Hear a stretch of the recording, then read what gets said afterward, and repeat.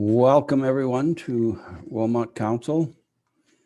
The first item was we have to do a motion to reconvene, a recommendation that council reconvenes in open session at 7 p.m. Moved by Councillor Gordick, seconded by Councillor Fisher. All in favor? That is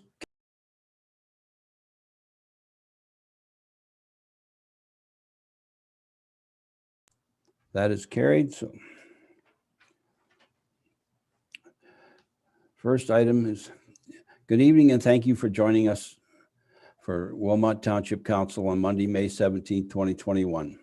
At this time, I want to acknowledge that today is International Day Against Homophobia, Transphobia, and Biophobia. The theme for 2021 is Together, Resisting, Supporting, Healing. We all have a lot of important work to continue to do to ensure that everyone feels included, supported, and welcome. Ask Councillor Hallman to read the land acknowledgement, please. Thank you. We acknowledge with gratitude as we gather virtually that Wilmot Township is located on the traditional territory of the Neutral, Anishinaabe, Haudenosaunee, and Mississauga peoples. We also want to acknowledge that today is the International Day Against Homophobia, Transphobia, and Biophobia. Our hearts are with the Two-Spirit Indigenous community today. Two-Spirit refers to a person who identifies as having both masculine and female spirit. This term is used by some Indigenous people to describe their sexual and spiritual identity. And thanks to the council and members of council and staff who have added their pronouns to move forward on this journey. We also want to acknowledge the importance of the Dish with One Spoon Covenant, a peace agreement made between Indigenous nations before the settlers arrived. It characterizes our collective responsibility to each other and Mother Earth. We should only take what we need, leave enough for others, and keep the dish clean. By acknowledging this covenant and the First Nations, Métis, and Inuit peoples, we were reminded of our important connection to this land where we live, learn, and work together as a community as we continue down this path in reconciliation. Thank you. Are there any additions to the agenda? Seeing none. Is there any disclosure of pecuniary interest under the Municipal Conflict of Interest Act? Councillor Gerber. Yes, thank you, Mayor Armstrong. Just need to call it up here. Sorry about that. Yes, I, Councillor Gerber, declare that I believe I have an indirect interest as defined in the Code of Conduct for Elected Officials on Council Agenda Item noted 11.1.1, Development Services Report 2021-018 for the following reason. A member of my family has been employed by another business run by the applicants. I will be abstaining from the discussion and the vote on that item. Thank you.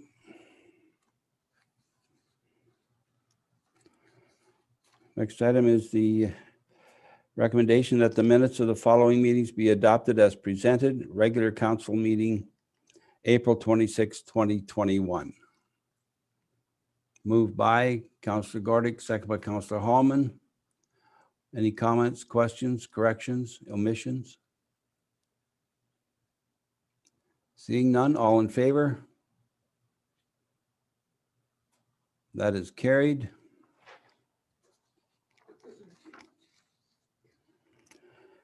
Before we get into the business of the agenda, I would like to ask council to consider a motion for all delegations appearing tonight for matters not on the agenda to be allotted 5 minutes each, as opposed to the usual 10 minutes. We have several delegations for matters on the agenda, plus a presentation.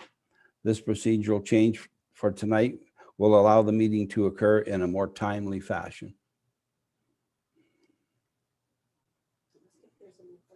Is there a mover and a seconder for that? Moved by Councillor Fisher. Councillor Hallman. Thank you. Have the delegations been engaged in this discussion about having their presentations decreased to 5 minutes? Ms. Middleholtz.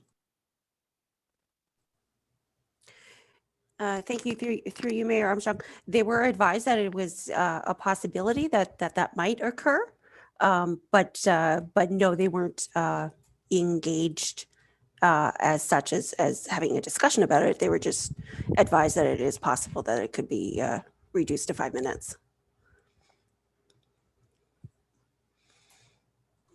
Have another comment, Councillor Holman? Yes, thank you. So I would just feel bad about having that put on people for this evening, because if they've put time and effort into creating a presentation, that would just, I would feel bad about that. So that's my comment on that. Okay, Councillor Fenning. Sorry, just a point of order that I believe we have to have a seconder before we proceed with questions and discussion.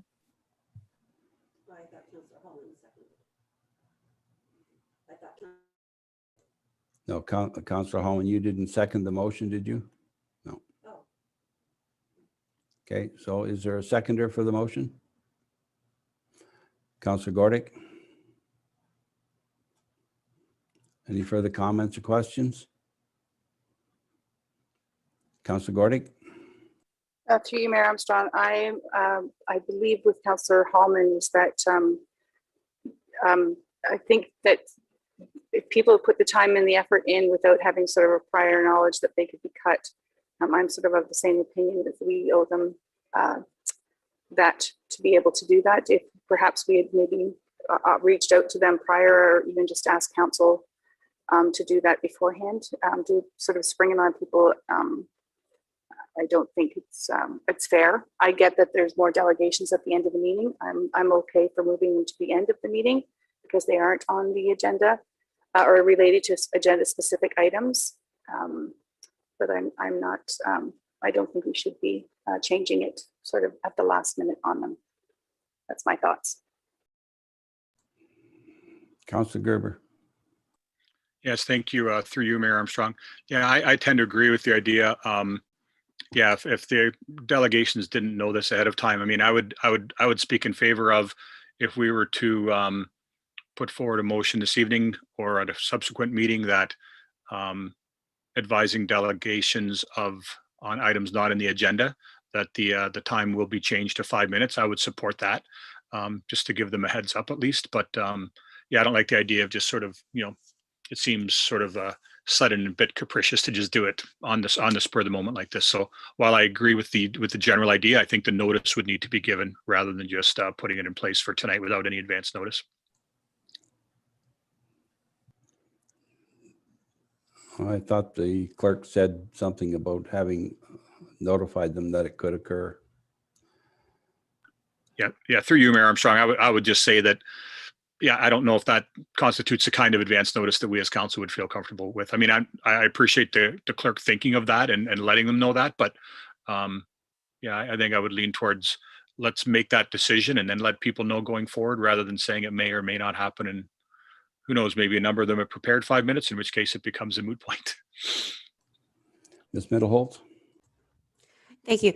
So to just provide council with a little bit of a thought process on what was occurring here is that there was sort of a magic number of 7, because once we reach 7, now we're over an hour. So the thought was that if the probable amount of time was going to be more than 7, that we would reduce it down to 5. And that was to my knowledge, communicated with the delegations that they would be advised that it's possible that it could go down to 5 minutes. However, if that's not council's wishes, then that's fine. I mean, this was just, if it requires a 2/3 majority of council to change or to change or suspend procedure regulations within a procedural bylaw. And if that's not the wish of council, then that's fine. Councillor Fanning, then Councillor Holman. Is there any way we could, sorry, through you, Mayor Armstrong, to the clerk, is there any way that you can provide us with what exactly was said to them. Now you said just, and I mean, you just said, so I'll ask just for confirmation. You said that they were informed that there was a time limit, or not limit, but that in respect of trying to limit the time, they could be asked to cut it to 5 minutes. Did you receive any feedback, and is that exactly what was communicated to them, or is there anything else that we should be aware of? I share the concerns that, you know, it's sort of does look a little capricious to do it at the last minute. Through you, Mayor Armstrong. So I would have to ask the deputy clerk to confirm. Every delegation, we don't necessarily just copy and paste the same thing to everybody every time. Many of the people who have registered as a delegation for an item not on the agenda have been here before. So we don't necessarily send them the exact same thing when they've, you know, this is their 4th or 5th time being a delegation for us in the last couple of months. So I don't know. I would have to ask the deputy clerk exactly what was said. However, I mean, obviously this is something that is of concern to council. We could keep discussing it ad nauseum, or we could just move on with business. It's up to council.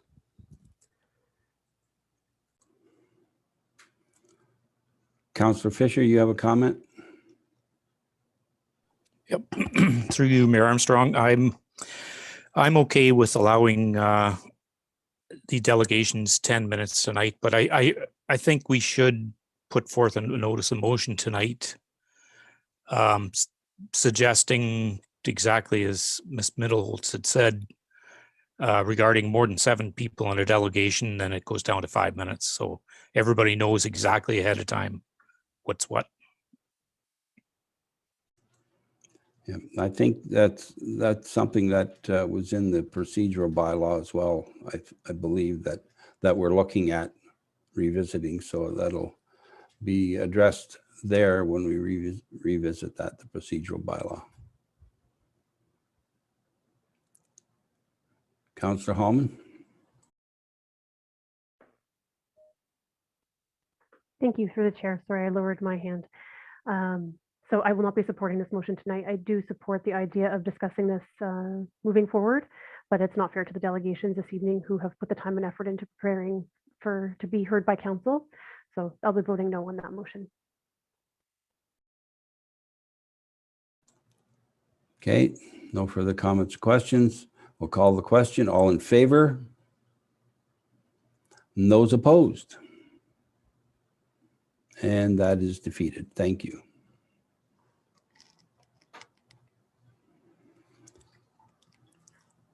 So the first item is a public meeting.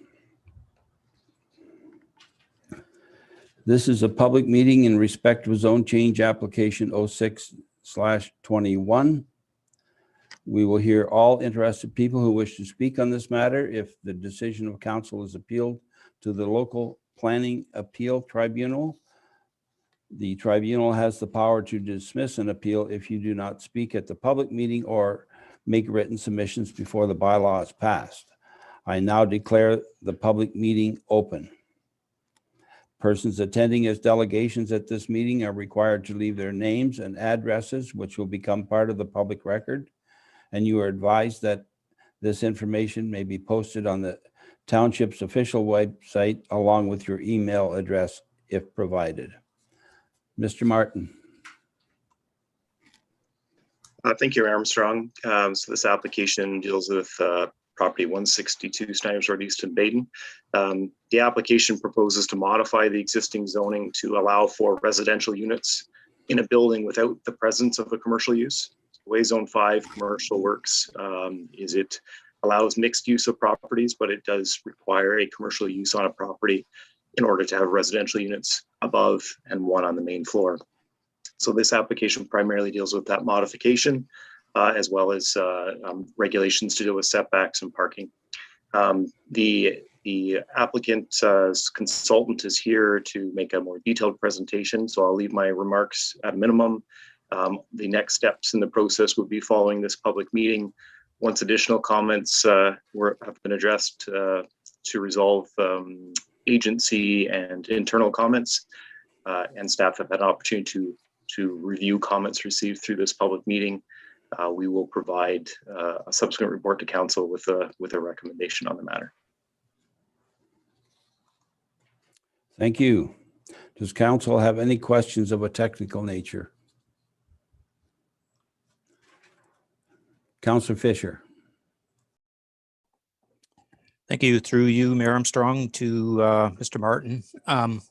In the report, there's comments from GRCA requesting revisions to the plan to ensure all aspects of the development, buildings, parking, and associated grading are outside of the surveyed floodplain. So what area encompasses the floodplain with this project? Through Mayor Armstrong to Councillor Fisher, the rear of the property is identified as an estimated floodplain by the Grand River Conservation Authority. So they will have provided an elevation that the developer would then survey on the property, and which I believe they've done that background. And again, the applicant will be providing a more detailed report on their findings to date. But based on the mapping that the Grand River Conservation Authority has readily available, it's behind where the previous Egley's building was in the rear of the property, is where that floodplain exists.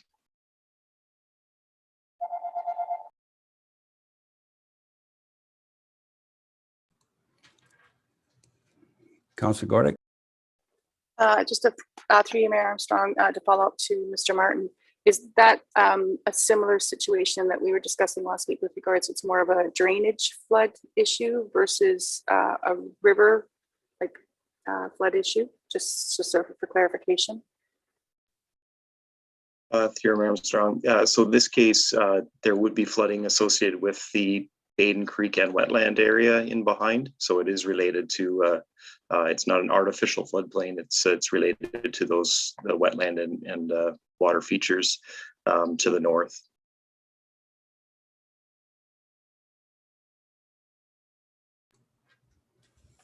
Okay, see no further questions. So before commencing with hearing from delegations, I'd like to remind delegations of some guidelines. Delegations will be allotted 10 minutes to speak and will be provided a 2-minute warning reminder when your 10 minutes is nearing completion. We will also ask that you leave the meeting once your issue has been addressed. You are then welcome to watch the remainder of the meeting being webcast live via YouTube. If you conduct yourself in any of the following manners, it will result in an immediate muting and removal from the meeting: interrupting councillors, staff, or other delegations, derogatory statements about councillors, staff, or others, hate speech, or defamatory comments. I will now call upon the delegations, and I'll remind all delegations to change their Zoom name to the name they registered with, please.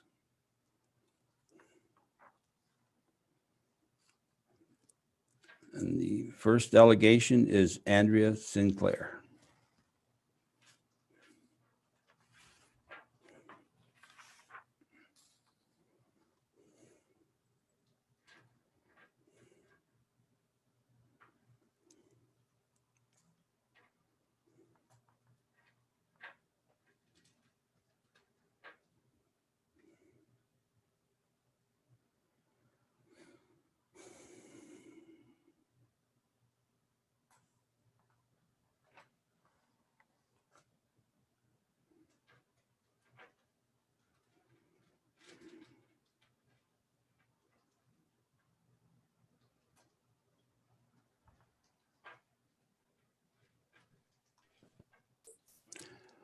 Welcome, Andrea. Good evening. Can everyone hear me okay? Yes, we can. Thank you. Great. Good evening, Mayor Armstrong, members of council, staff, and those members of the public that are watching here at home tonight. I believe my presentation is going to be loaded up on screen, and then I can walk through it. And in the interest of time, I'll try not to go through everything in great detail, but it's here for council's benefit. There's also a detailed planning report that has a little bit more detail on all of the current planning framework. So next slide, please. So again, my name is Andrea Sinclair. I'm a partner and planner at MHBC Planning, and I'm working on behalf of the owners of the property, which is Concept Development Group.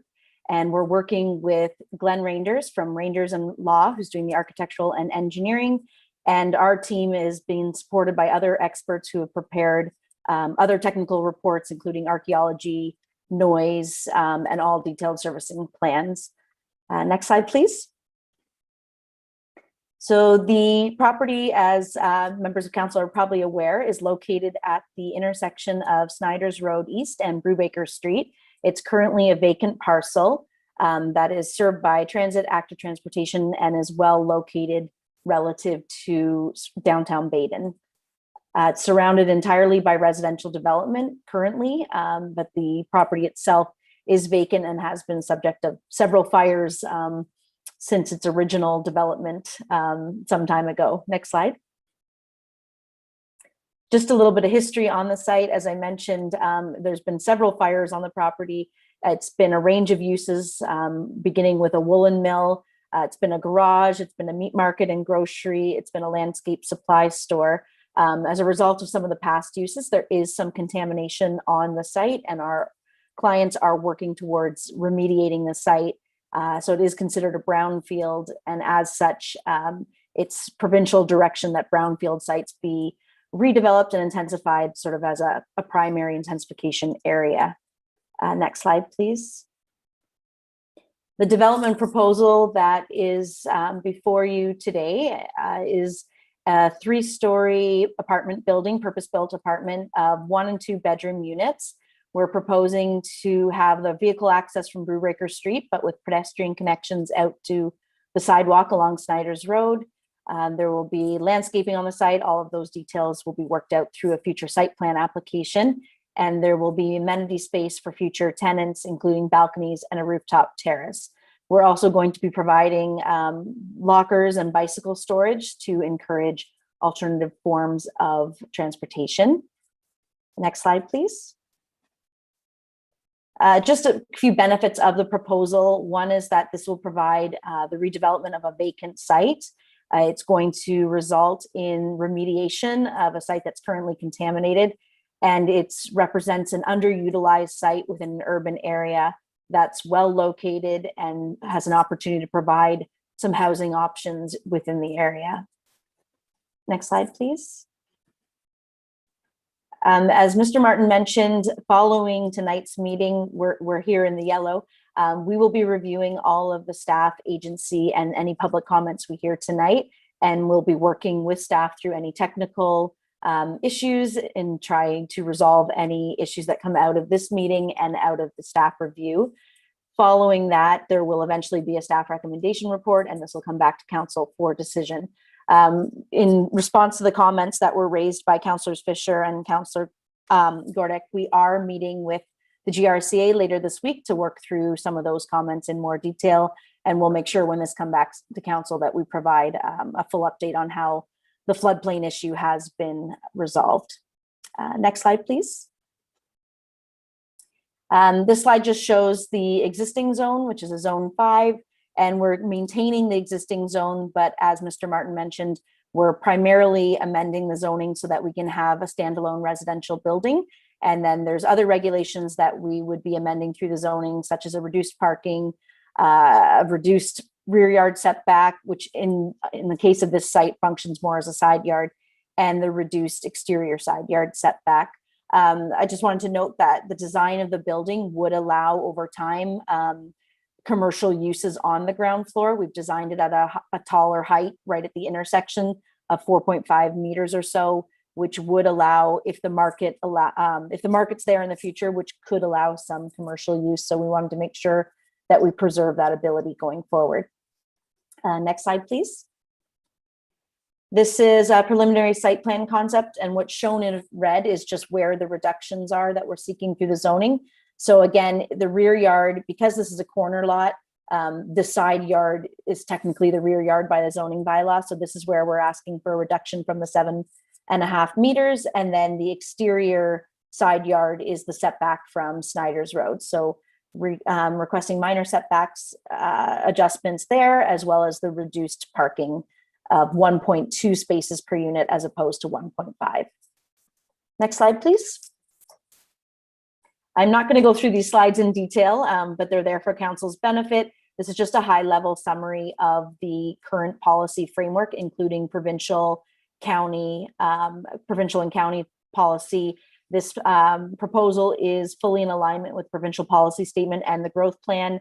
The property is located in the built-up area. It's going to result in more efficient use of the land, and it's going to allow for the redevelopment of a brownfield site. Next slide, please. Within the region's official plan, it is designated as a township urban area, and this property is within, it's sort of split designated built up and designated greenfield areas, both of which have growth targets. It's going to help protect the township's unique rural character by proposing compact redevelopment of a site that's already within the built up area. Next slide, please. Within the Township of Wilmot official plan, the site is designated as an urban core area, which already permits residential, commercial, and a range of other uses. So no change is required to the current official plan designation. Thank you. Next slide. And we want to provide council with some preliminary renderings. These will, of course, be fine-tuned through the site plan process, but this is a view of the proposed development taken from the south side of Snyder's Road east looking west. We've really tried to, the architects made a really good effort of combining a range of building materials and a really high-end looking building that we think is going to really enhance the streetscape in this location. Next slide, please. This is a view of the back of the building as seen from Brubaker. So you can see how the building cantilevers over a portion of the parking. It's 3 stories from the back, and this allows for the site to be laid out efficiently, also provides some protection from the elements for some of those parking spaces, including the barrier free. And next slide, please. Just another view of the back of the building. This is sort of looking southwest from the rear. Next slide. And just in conclusion, in our opinion, this zone amendment is consistent with provincial policy framework, and it's going to conform with the region and township official plans. The proposed residential use is already permitted by the official plan and the zoning bylaw. So we're not adding any new uses to the site. The amendment is just allowing us to have the residential uses at ground floor without the need to have commercial as well. The proposed zoning requests for reduced parking and reduced rear yard, we think are appropriate for the site. The zoning bylaw, of course, is not a one size fits all, so it's not uncommon for site specific regulations to be required in support of a specific application.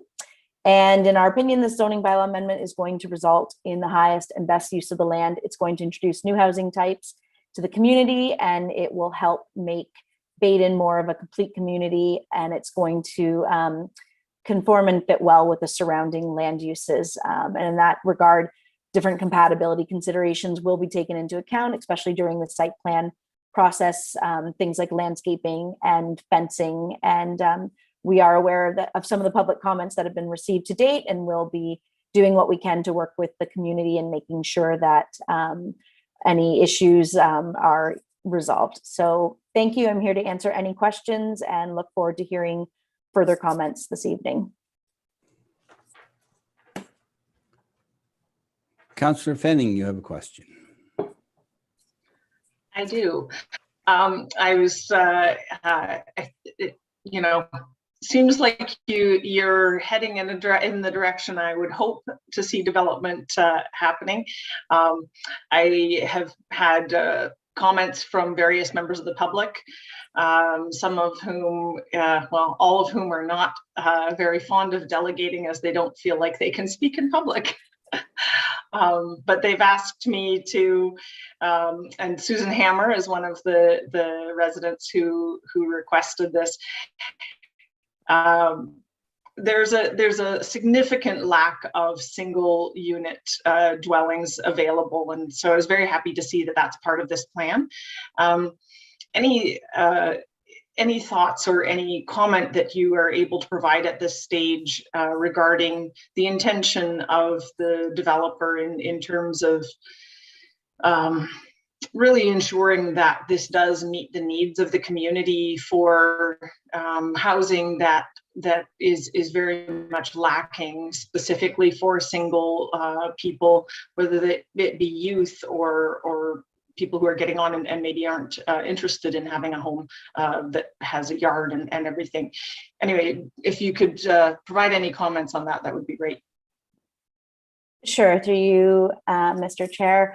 Thank you for those comments. And by all means, if there are members of the public that don't feel comfortable speaking in this setting, I'm more than happy to answer any questions by email. So if you'd like to provide my contact information to members of the public, we'd be happy to get in touch with them in sort of a less pressure situation. But it is the intent of our client to develop this with 1 and 2 bedroom rental units and to maintain this as a rental building. That's their current plans, is not to sell the units, but to maintain it as sort of purpose-built rental. And we couldn't agree more. There is a real lack of this type of housing form in the community. And I think even in the region as a whole, there really is a need for some of these sort of 1 and 2 bedroom rental units. And, you know, some of the things like the reduced parking, we're doing that very purposely to kind of keep the price point sort of attainable for people. So you will, if you need a parking space, you pay extra for that. And in that way, it kind of prevents the people who are moving in that have 3 cars and can park them all for free. So we really are trying to really focus this towards the people who have made the decision to be 1 car, maximum 2, and are just looking, as you said, for something other than ownership or people who don't want to have to deal with the maintenance of a big property. So we really see this as being a need in the community, and that there would be a lot of people that would benefit from this project. So thank you for your question and comment. Thank you. Councillor Hallman.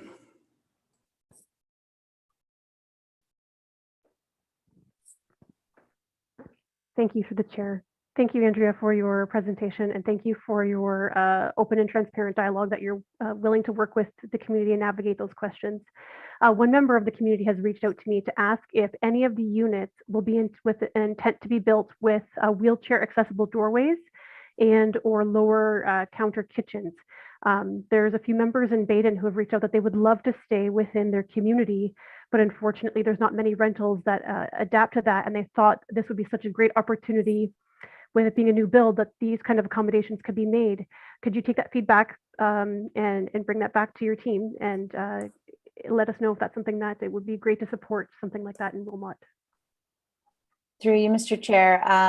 I believe, and don't quote me on this because I'm not a building code or an architect expert, but I believe there is in new builds now a requirement that a certain percentage of units have to be designed as barrier-free or accessible units. So that would certainly be the case here. And I'll take this comment back to our clients, and we'll look at what we can do in terms of, you know, beyond the standard requirements like the wider doorways. But it is my understanding that there will be a certain number of barrier-free accessible units in this development. Thank you. Just a follow-up, Mayor. Thank you. Yes. Thank you so much for that comment. It's really great to hear. And this is one of the opportunities with a new build that can bring this kind of thing to the community. So thank you so much.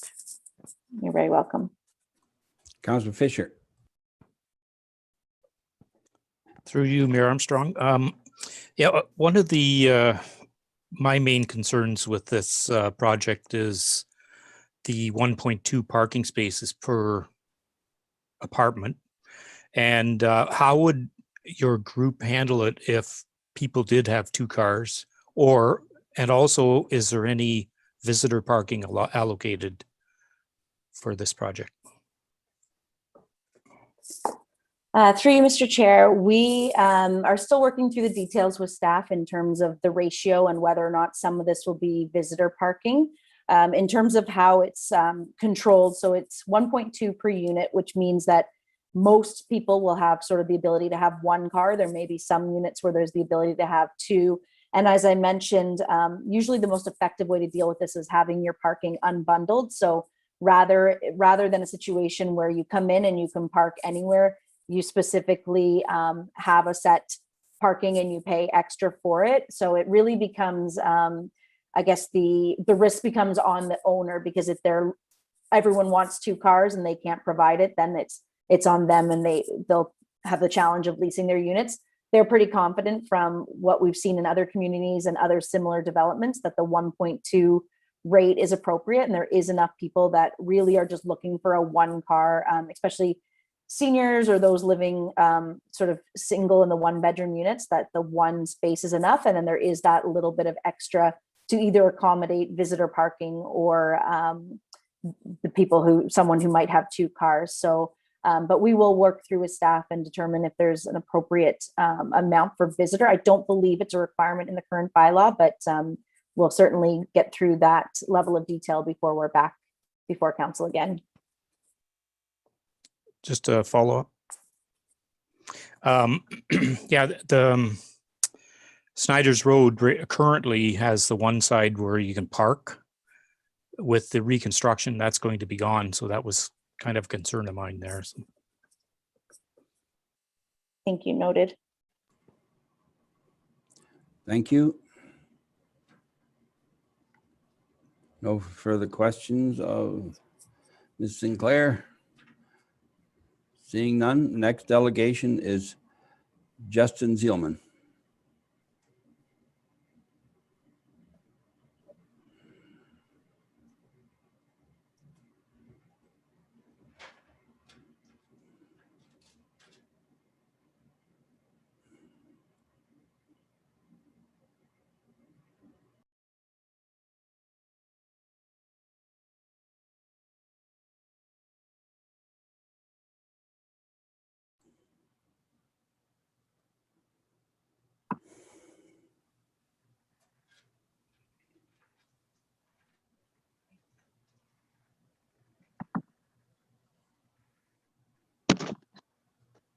I'm Justin Zielman's wife, Jennifer Zielman, so I'm going to be speaking on behalf of the 2 of us. Hopefully that is all right with council, that it went in under his, and I will do so.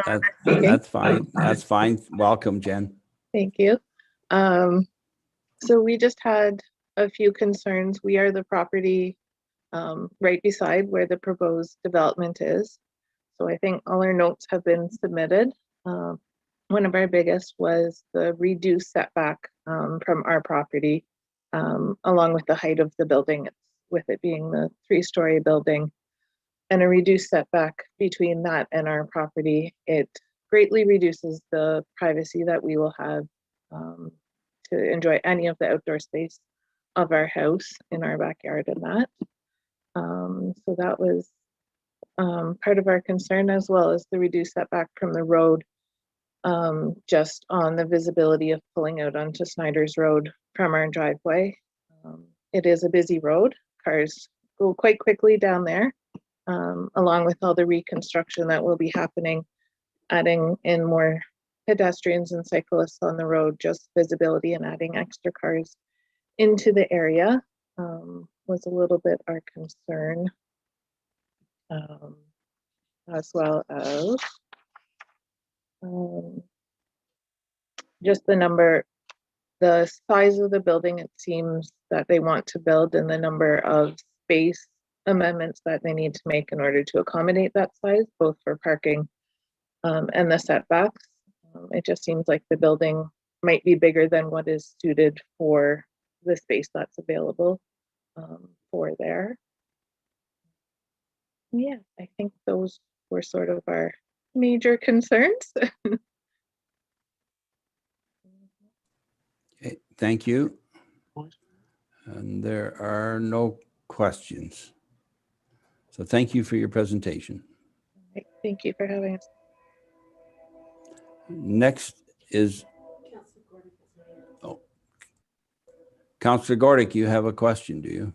Yes, through you, Mayor Armstrong. Just following up on Jennifer and Justin's sort of comments with regards to the visibility with the apartment building being there on the corner. Does that setback alter that, Mr. Martin? And would there be something perhaps maybe with Mr. Mullenhouse with regards to, I don't remember that particular corner very well. Is that, I know that there's been a 4-way stop put down further, I believe, on Schneider. Could that be a possibility to stop some of that impending potential visibility sightline? And is that being considered with regards to the building to go forward. Through you, Mayor Armstrong. Certainly, as part of our subsequent report to council, we will speak to visibility. In general, there are regulations for corner visibility and drive visibility triangles within the zoning bylaw to prevent that sort of issue. So certainly within that subsequent report, we can highlight to council, how those apply to the site plan to demonstrate, that those criteria have been looked at.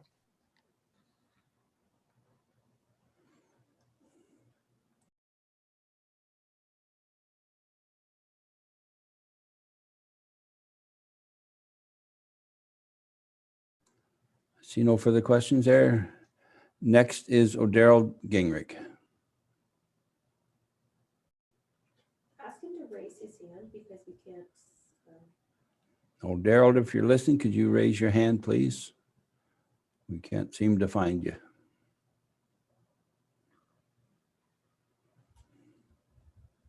Sir, I'm going to say something. Do you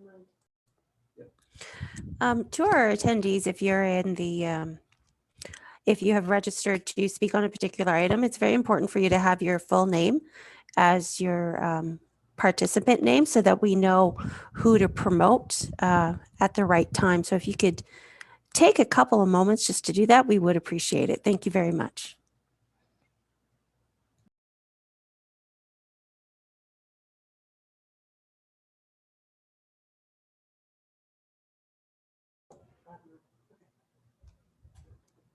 He's in now, sir. Yeah, just waiting for him to speak.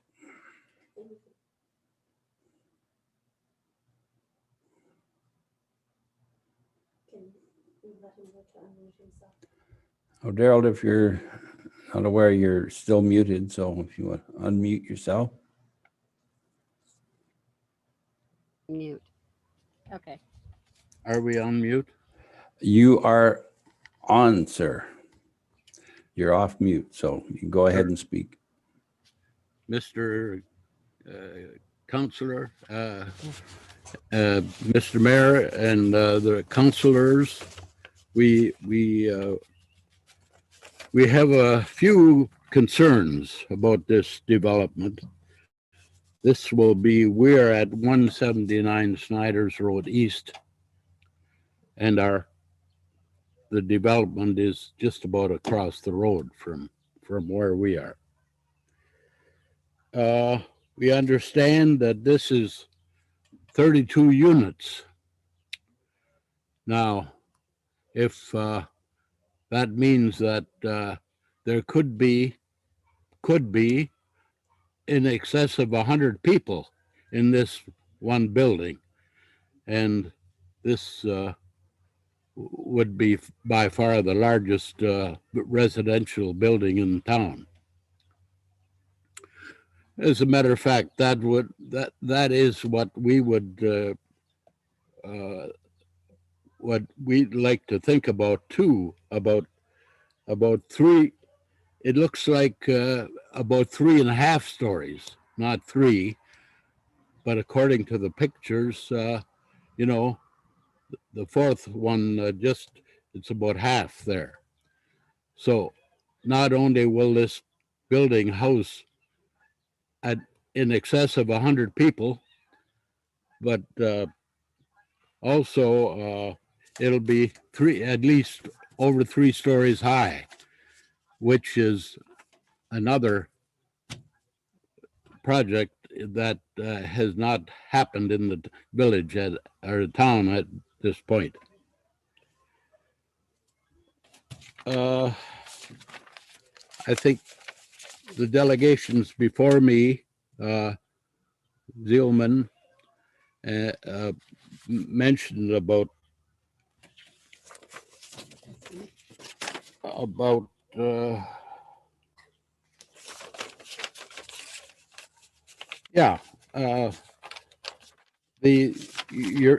it's actually being every part of this space is being cut down, and I don't know. For instance, the parking ratio used to be 1.5 spaces. That was put there for a reason, I'm sure. It wasn't taken out of the air. Now you want to make that to 1.2 spaces. Then the minimum yard setback, you know, and that is a big one, to 4.6 from 7.5 meters. You know, that's almost twice. And the exterior side setback was, again, cut down to 5.2 meters. You know, we are not anti development here, but we think this is quite a bit of departure from what we were in the past. It was the friendly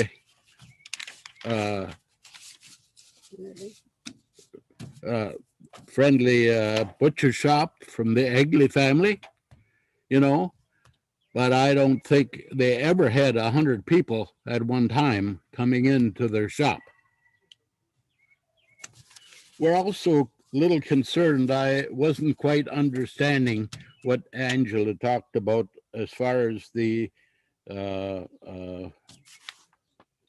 parking, visitor parking is concerned. Councilor Fisher brought that up also, you know, and so we would be concerned about that also.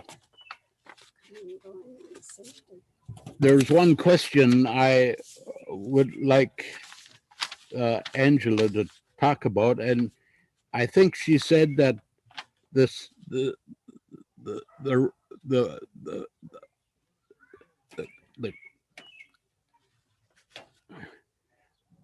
there's still contaminated soil in the property. Now, I think I heard her say that they're working on it, and they've been working on that for years, as a matter of fact. We know that. So we're just wondering just how far they are in negotiating that particular thing. Well, I think that's about what all I have to say. I would just say that I'd rather look at a nice pastoral scene out of my front window than this 3.5-story parking. Well, it's not a parking garage, it's an apartment for people. But it would disrupt the community, I believe. And of course, we're concerned about the safety. They're going to cut down roads in front of us, you know. We haven't heard Angela talk about, you know, about this fact.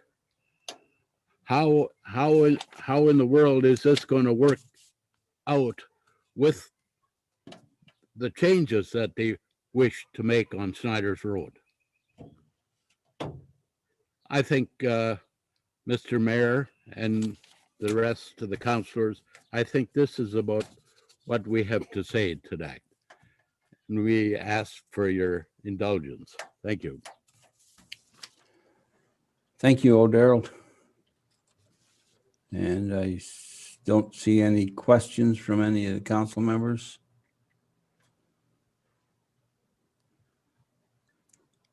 Okay, thanks again for your presentation.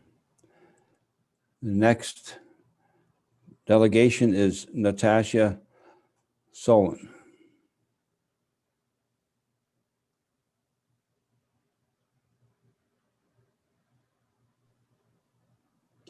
Hello. Welcome, Natasha. Thank you. Thank you guys very much for having me. So just for all of you that don't know, I'm Natasha Salonen. I've been born and raised in Wilmot Township. Went away for university for a few years and have since moved back. So I'm actually one of these singles in the area that they discussed that would be interested in such a project. However, I'm actually here due to some grave concerns that I have over the project. And what I did ample research, actually. I kind of fell into a bit of a hole going through all the wonderful reports that Andrea and her team, as well as Concept Developments, have put together. And there's some things I just want to run through in their planning justification report that I really feel don't align with the Township of Wilmot strategic plan based on the update that's online from 2019 to 2023. So I want to run through that and then kind of just address to council on a whole, the bigger picture and how it's not just one development that I think this is addressing, but I think this vote could actually have greater impacts on our community.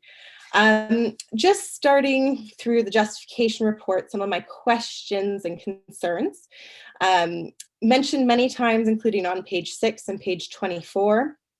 It says the subject lands are connected to the arterial road network, existing public transit, and promote active transportation.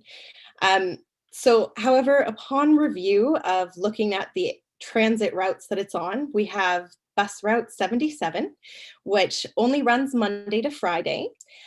For example, if we're encouraging people not to use vehicles and they're anticipating that people living in these residences won't have vehicles or may only have one.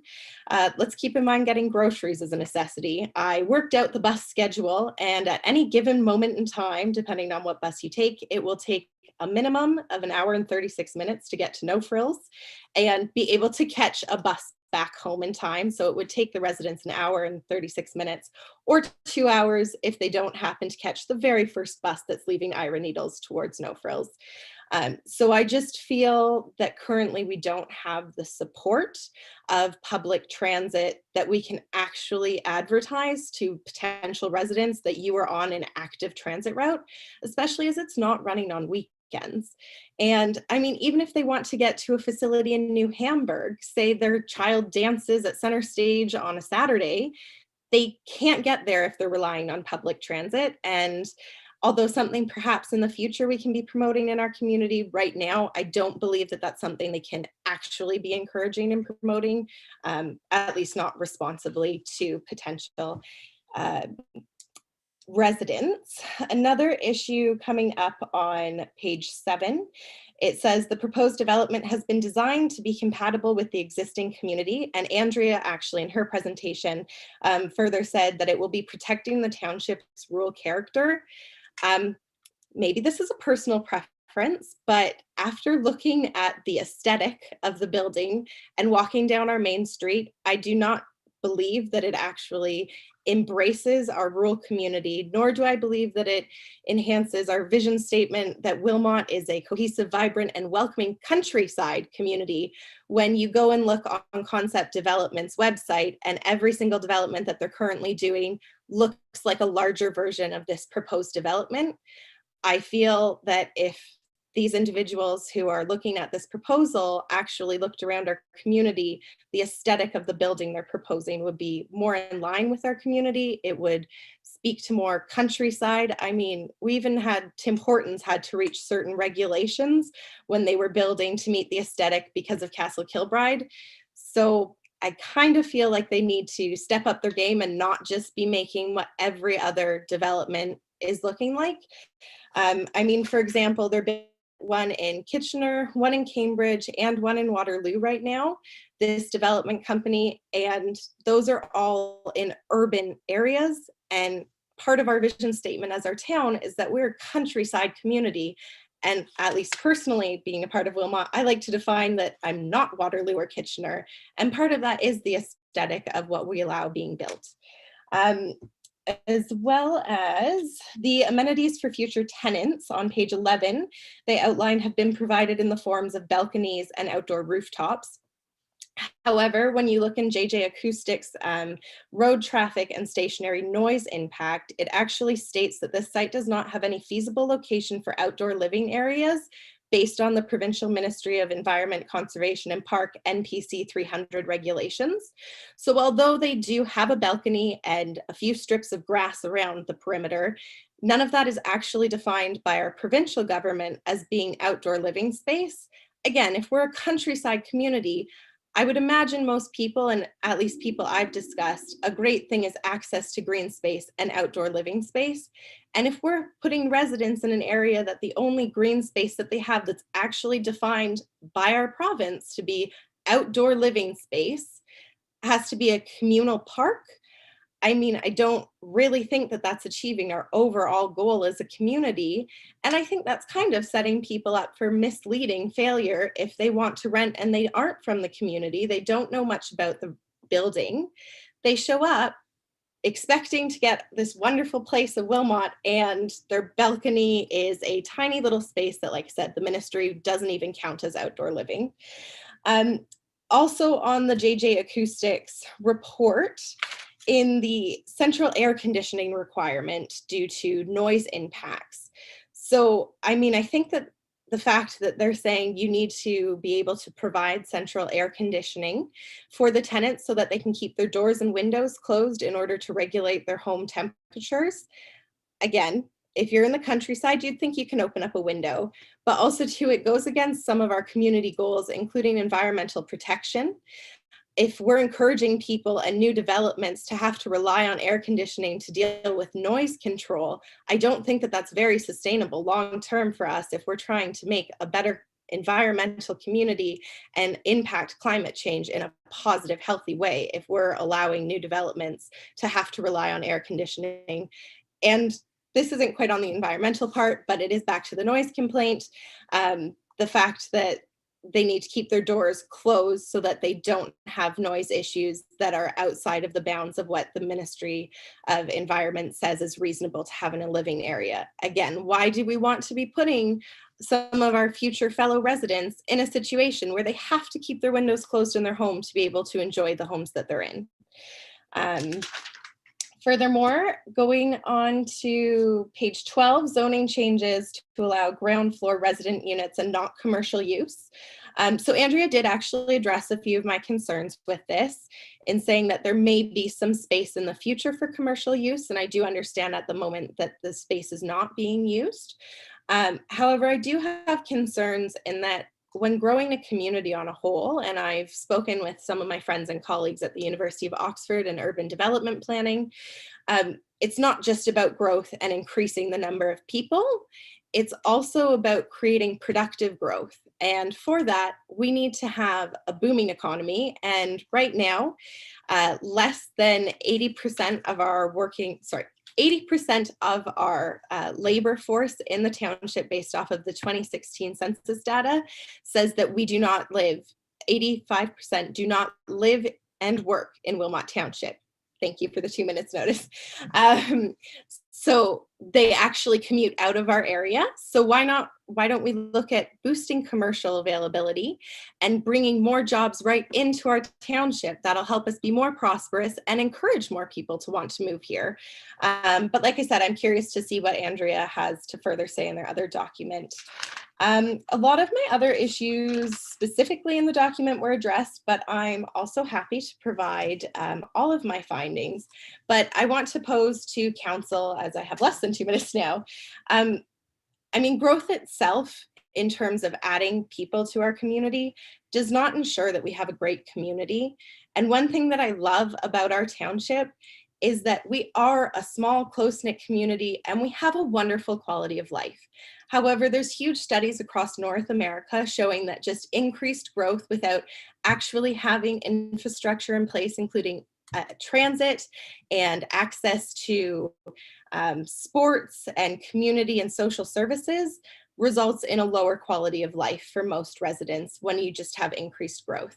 Another issue is we're bringing in all these residents, and currently our local sports teams all have wait lists. Granted, that's pre-COVID, but hopefully one day we'll be post-COVID.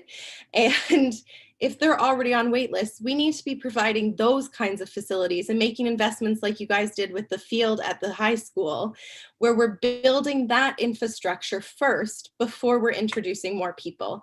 We don't want to reduce the quality of life for those currently living here. We want to improve it and then make it more inviting for fellow people to continue to join. Also, bigger picture, I know there's a subdivision proposal down the road on Snyder's right before Sir Adam Beck. And we need to be considering adding all of those additional houses. And those, to my understanding, will be multi-type housing as well. But why not improving that opposed to just approving, oh, that's my time. Thank you very much. Are there any questions? Thank you, Natasha. Are there any questions of Natasha? Seeing none. Thank you, Natasha. Thank you very much.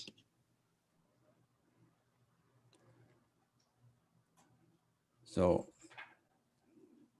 there's one delegation left who is possibly going to address us.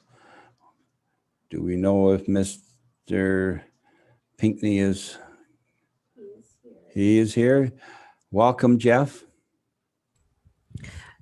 Through you, Mayor Armstrong. Mr. Pinckney, if you wanted to address council, you're welcome to. I don't know if your answers were already taken care of, but you're, well, I see you've been promoted. Okay.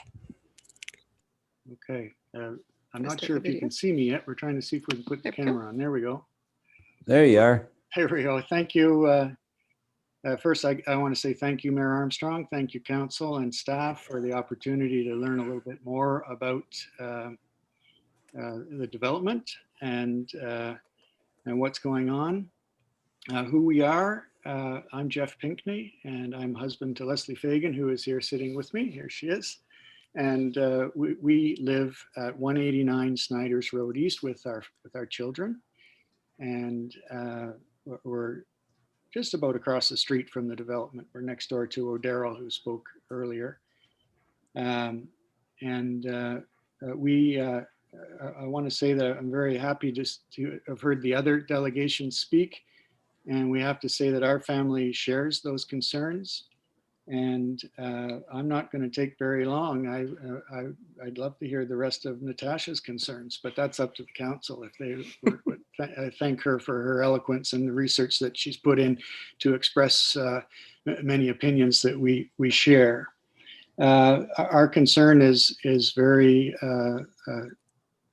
brief, and that is that it certainly seems, from everything that we've seen and from standing and looking at the property that's across the street from us, that there's the developer is really trying to put an awful lot of stuff tightly squeezed into a very small space. And we're really happy about the fact that the road is being fixed up, and we're going to have bike lanes, and our daughters and ourselves can use those. And our concerns are about parking overflow, no parking for guests. We've evolved through the world and have our own house now, but we've been in the world of apartments and understand how that works. And I know that when I used to live in an apartment, I had guests, and the guests got their cars, and we don't think there's enough space there. And those cars are going to overflow, and they're going to be into the bike lanes and into the parking. And it just strikes us that there's just too much and too little space going on there. And we hope the council might consider a more appropriately sized facility for that space. Other concerns have been very eloquently talked about, like the water runoff and those other things. But we appreciate the chance to come and talk to you, and that's what we want to say. So thank you. Thank you, Jeff. Appreciate your comments. Any questions for Jeff? Seeing none. So this is just for information. We're doing this. The public meeting is for information. It will be going back to staff, and staff will be bringing forth a report in the future for us to consider. So. Ask if there's any other person. Yeah. So is there anyone else who wishes to address council on this matter? Is there anyone else wishing to address council on this matter? Is there anyone else who wishes to address council on this matter? You raise your hand if you wish to.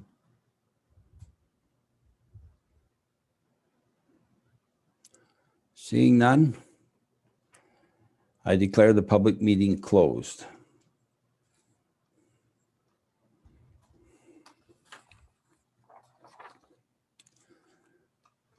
So that will be coming back. Mr. Martin, do you have any idea of the time frame? At this time, I do not know. There's still a number of matters that we just need to work through and the applicant needs to work through, but we will provide additional notice when it comes back to council. I understand that, and a lot of good questions tonight, so that need to be addressed, so that's good. Okay.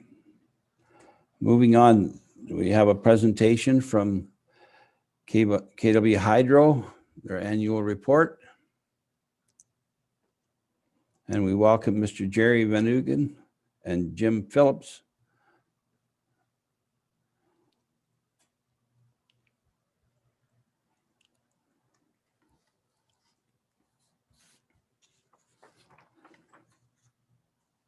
Oh, so we need a motion and a seconder for 8.1. We didn't pass that recommendation.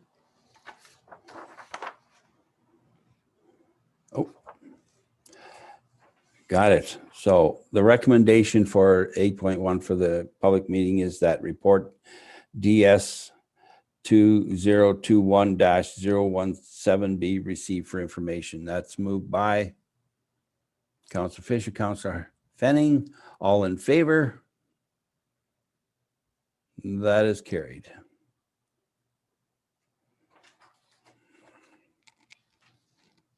So now we'll just wait for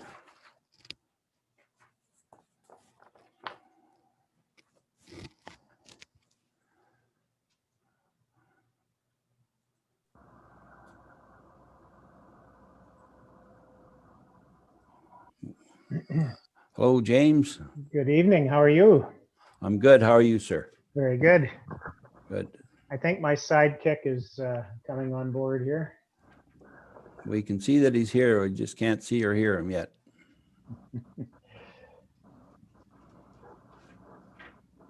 I think once he joins us, Mr. Mayor, I'll just do a brief comment and then pass the presentation over to Jerry. Okay.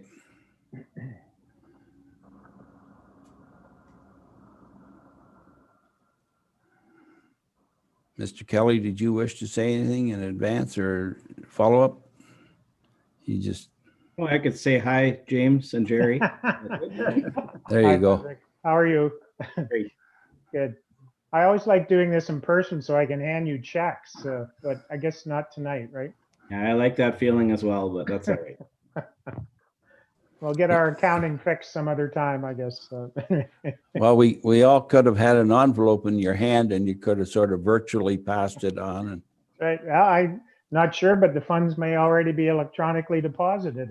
I can confirm they've already been deposited, so thank you very much. oh, that's Okay. good. Good.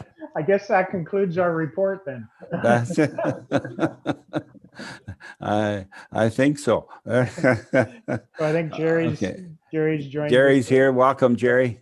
Thank you. Welcome. Go ahead, Jim.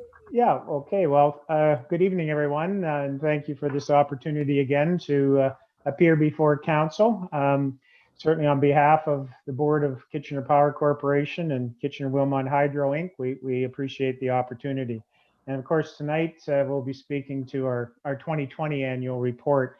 Certainly both boards are very proud of our staff, management, and their efforts to provide reliable and cost-efficient electricity for the residents and businesses of Wilmot Township.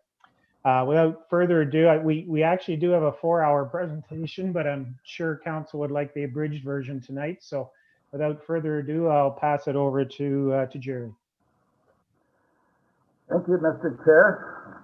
Your Worship, Mayor Armstrong, councillors, senior staff, ladies and gentlemen watching, it's my pleasure to present to you the 2020 annual report for Kitchener-Wilmot Hydro and Kitchener Power Corp. So I usually begin with some statistics for the year. If we go to the next slide, you can see that we're almost at 100,000 customers. We will reach 100,000 customers in 2021. And that's an increase of 1,307 customers from last year. That represents a 1.3% increase, and it's pretty much an average year for us over the last 5 years. So despite COVID, certainly the residential construction sector was pretty active last year, and we added a number of new customers.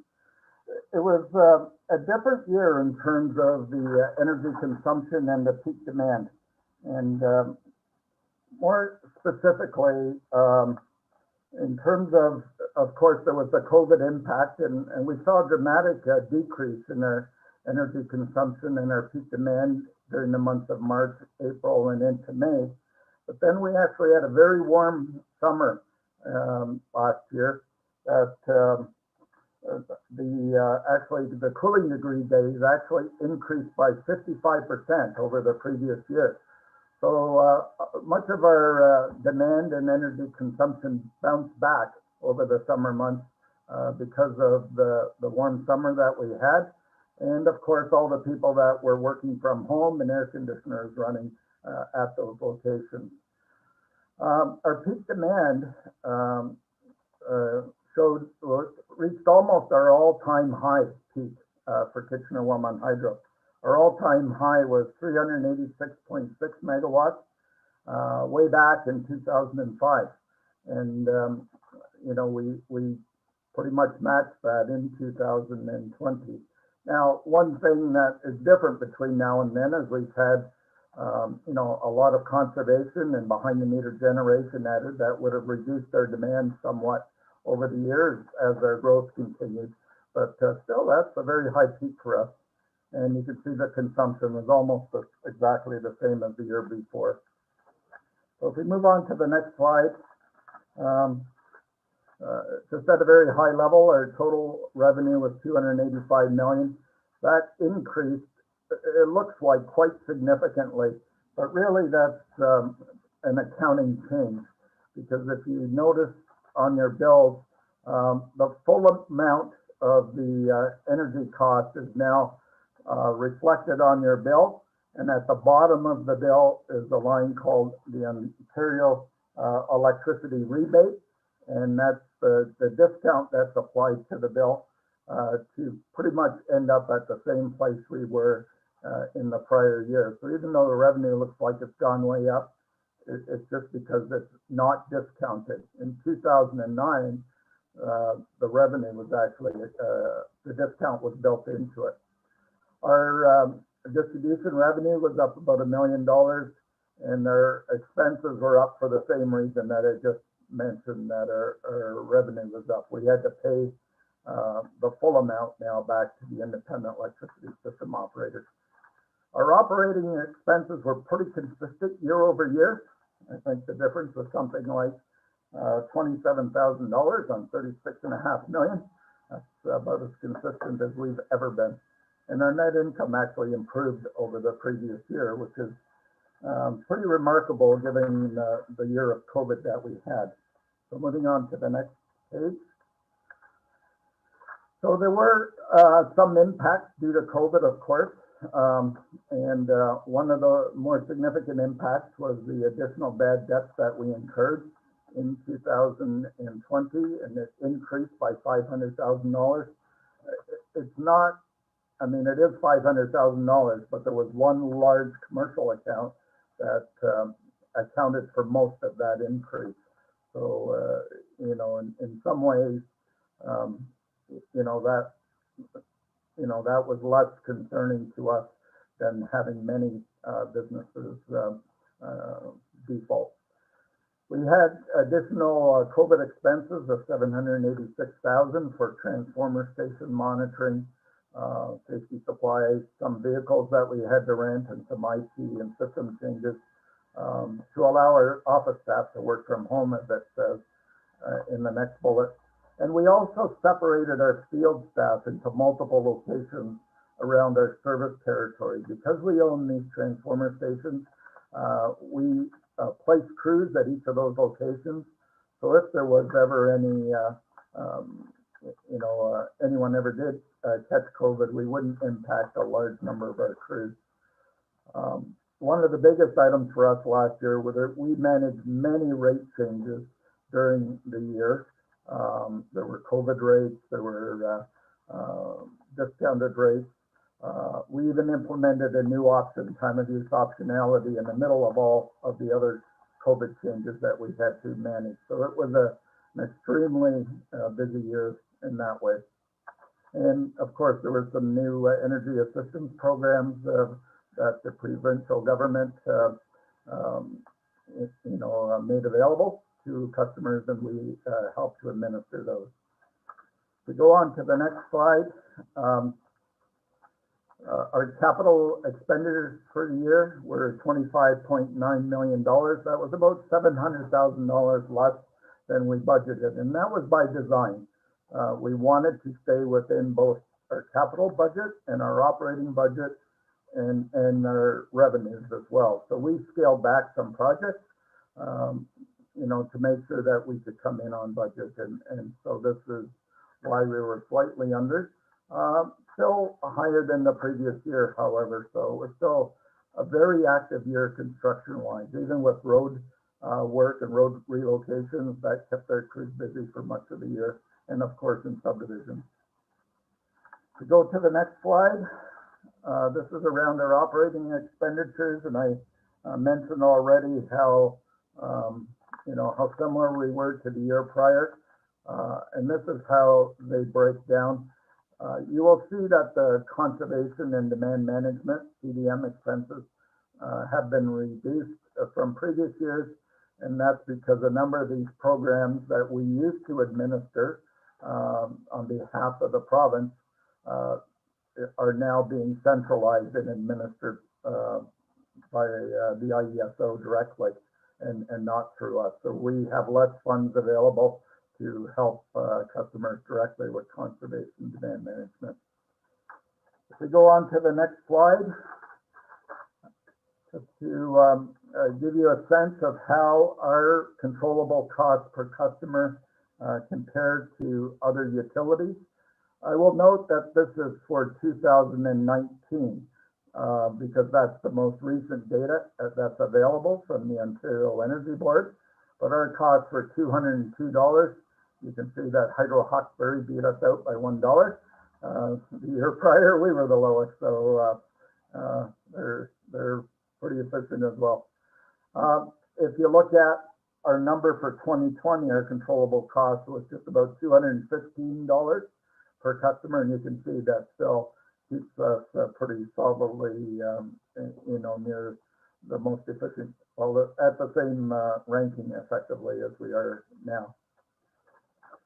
Just next slide. Talk a little bit about the typical residential customer bill. This is for those that use 700 kilowatt hours per month. That's what the Ontario Energy Board deems to be a typical customer. You can see the breakdown of all the charges that are shown there. The piece that we get to keep to run our business is called the distribution charges, and it represents 18% of the total bill. So a pretty small piece of the total bill that customers pay each month. The total bill, and this was actually deferred. This was supposed to be effective January 1, 21, but actually got deferred because of a special COVID rate that was implemented instead. So these are really effective May 1. These are the current rates. And you'll see the total bill is $101.35, and that's after the Ontario electricity rebate is applied to the bill. Next slide. So how does our residential bill compare to other utilities? So there's Hydro Hawkesbury again. We're still chasing them when it comes to total bill. But of course, you know, controlling your costs and total bill to customers are very closely linked together. So again, this is not a surprise. And I've just listed some other companies on the slide that are similar size to us, or, you know, are nearby geographically, and how their rates compare to Kitchener-Wilmot Hydro rates. On to the next slide. To talk a little bit about reliability now for 2020, we actually had a very good year in 2020 for reliability. And the most significant change you can see is in the duration of outages. On average, dropped from about 60 minutes to 32 minutes in 2020. So that is a significant decrease in the average duration of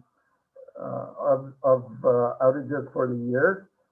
Again, despite COVID and our crews having to respond, you know, under those conditions. So certainly pleased to see that. On average, people would have seen one outage a year. That's the second metric there, the frequency metric. And then the last one are momentary outages, where the circuit breaker would open and close in a very short time. And we had about two of those on average in 2020. Next slide. These are some other metrics that we are that we report to the Ontario Energy Board, and the Ontario Energy Board compares across utilities. And this is to deal with you know, our service quality or customer service performance levels, really. And you can see the column in the middle there called OEB minimum standard. That's what their expectations are with respect to each of these performance indicators. And we have certainly exceeded the OEB requirements in all of these areas. A little bit of excuse me, a drop on the telephone accessibility, but you know, considering we had to transition everybody very quickly from the office to work from home, and now they're answering calls in a queue from home, you know, I think that's still a pretty remarkable result when you consider we've been doing that for most of 2020. On to the next slide. I talked a little bit earlier when I was mentioned that our peak demand for 2020 matched our all-time peak demand. What's new since 2005 is the amount of conservation that has been implemented since that time, and some generation behind the meter. So that would reduce the amount of load that we supply as a utility. So that would be stuff like solar panels and maybe some energy storage behind the meter. That would all contribute to reducing the demand on our system. So there's about 20.5 megawatts of load that we do not supply, that is supplied from by the customer's own equipment, basically. On to the next slide. I just wanted to mention a little bit about Grid Smart City. So Grid Smart City, we are a member of Grid Smart City and one of 15 medium-sized electricity distributors that are part of a cooperative. And we work together to do a number of things, such as improve our efficiency, so like joint procurement of large items like poles and transformers and cables. We work together in innovation. We do have a research project that we're collaborating with on sort of community energy projects with McMaster University that we're lead sponsor on. We have a number of working groups that are part of Grid Smart City. The HR working committee was really helpful as we were first going through COVID. So that's an example of where we're collaborating. Collectively, we're the size of Toronto Hydro. We manage about 2.8 billion in assets. That would make us sort of tied with the fourth largest utility in the province. And we serve over 40 communities, right from Windsor to Niagara to Kingston. On to the next slide. Just some idea, of what we have done over the last year to prepare and continue to, meet the requirements for the pandemic response. And I won't go through all these. I mean, many other workplaces have done much the same. And, certainly that's kept both our safety group very busy to keep our people safe. On to the next slide. Our community initiative. We're very proud to support Giving Tuesday this year, and because we had some other reduced expenses, we made a donation that was shared between the Food Bank, United Way, and House of Friendship. That certainly was, I think, very welcomed by those charities. And there were several other charities that our employees also contributed to. We continue to support the arts and culture sector with our sponsorships of Center in the Square and Kitchener-Waterloo Symphony. And we have 2 student awards that we present to students in the electrical technology field at Conestoga College. We continue to do that. And of course, we provided tree reforestation grants to the City of Kitchener and the Township of Wilmot. And that's over $2 million now that we've provided to the municipality since we inception in 1990. And then next slide. We were certainly very pleased to be able to make a donation to St. Mary's Hospital in April 2020 of 1,000 N95 respirators. If you recall at the time, supplies were very difficult to come by for frontline staff. And because we had started preparing for this in Q4 of 2019, we had a pretty generous supply of N95 respirators on hand, and we were thrilled that we were able to donate them to St. Mary's Hospital. And I think that's the end of my presentation. So certainly happy to be able to present this report to Council again this year. And to answer any questions, myself or the chair would be happy to do so if there are any. Councillor Fanning has one. Thank you, through you, Mayor Armstrong. Yeah, it's certainly been an interesting year for everybody. I was curious, just you had mentioned that the revenue and usage being up was largely due to the fact that there was a lot of demand in the summer because of heat. I was wondering if there are any statistics you have on work from home impact, whether that, people being at home and using, where they would normally be commuting to another community and using the amenities there, if people working from home had a significant impact. For you, Mayor Armstrong, yes, we did see an increase in electricity usage in the residential rate class of 7.9%, while all the other rate classes actually decreased or used less electricity. And that's not a surprise given some of the shutdown that happened, a few times during the year. But, that's a significant increase. I mean, we've had hot summers before, and I think you would expect some increase, but I think part of the stay-at-home sort of mandate and people not commuting and children learning from school or doing school online from home, all those things would have made a difference, I think, in terms of increasing our demand. So it was fairly significant, I would say, from my experience. Councillor Hallman.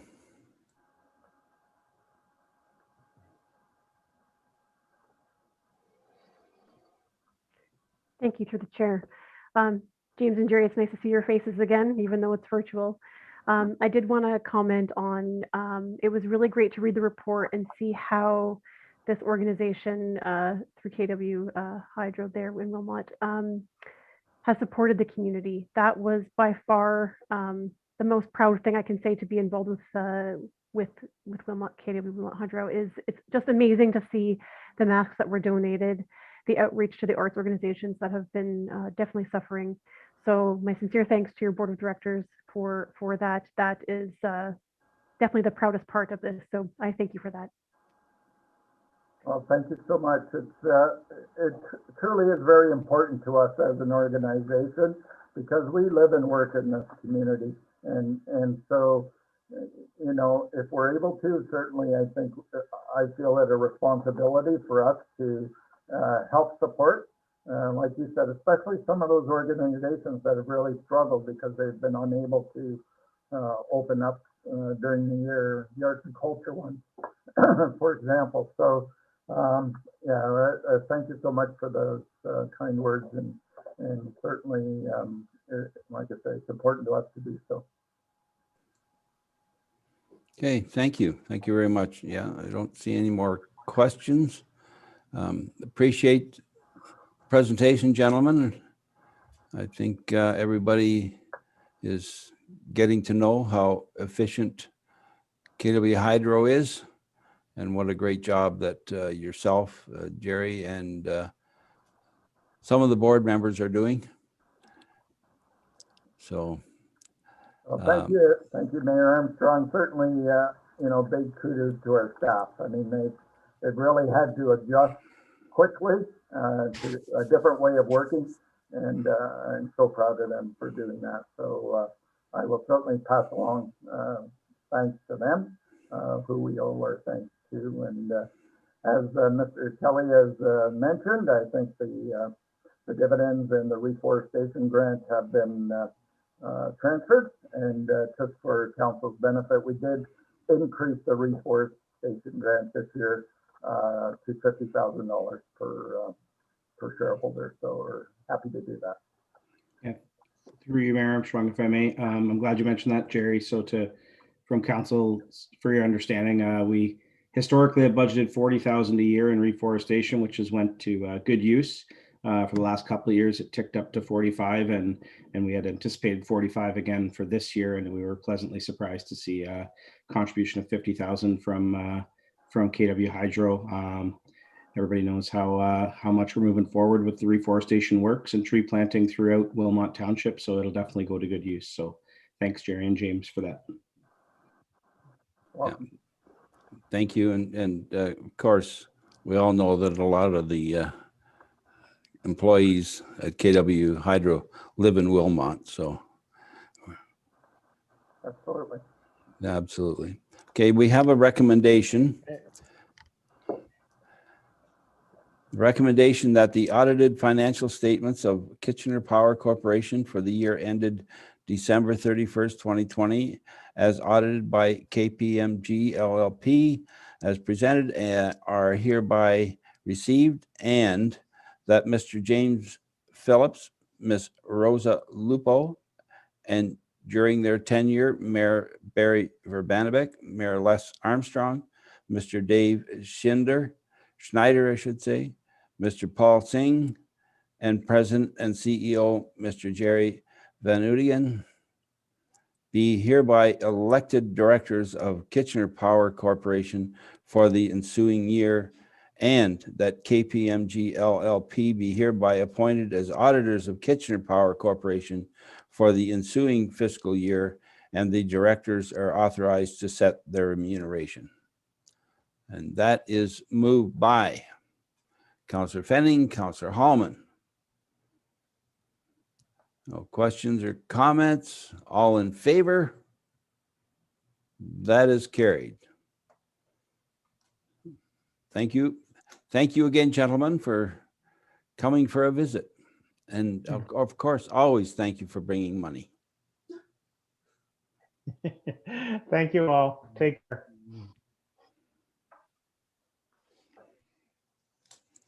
So the next item is the consent agenda. Is there any items on the consent agenda that council wishes to have drawn out. Councillor Godek. Through you, Mayor Armstrong, this isn't about the consent agenda. I just wanted to direct my apologies to anybody that's watching, as my internet this evening seems to be very unstable, and I've been kicked off of the Zoom meeting about 5 times already. So I just wanted to sort of explain why I keep going to dark to try and conserve that internet connection. So I know it's not the appropriate time, but I did want to at least explain to the residents who may be watching that I keep going in and out because I'm losing my connection. So my apologies.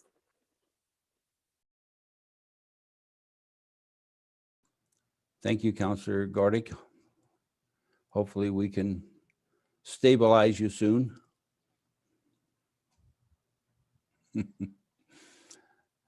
Councillor Hallman.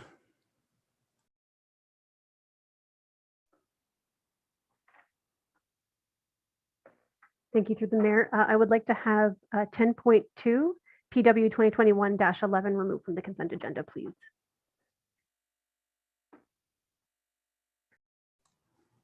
Yes. And there are no other items to be removed.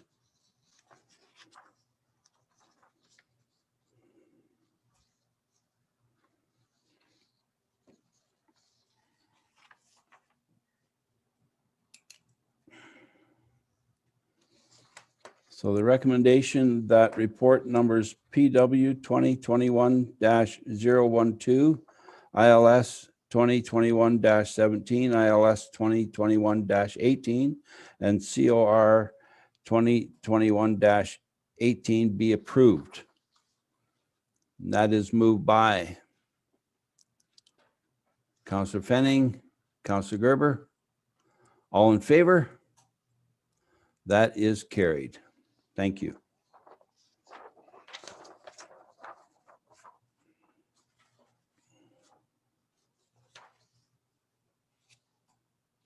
So don't ask Jeff to highlight, just move right on to questions. What's that? So don't ask Jeff to highlight, just move right on to questions. Okay. So Councillor Hallman, you have some questions about the sidewalk report? Thank you. Yes, through the mayor to the director.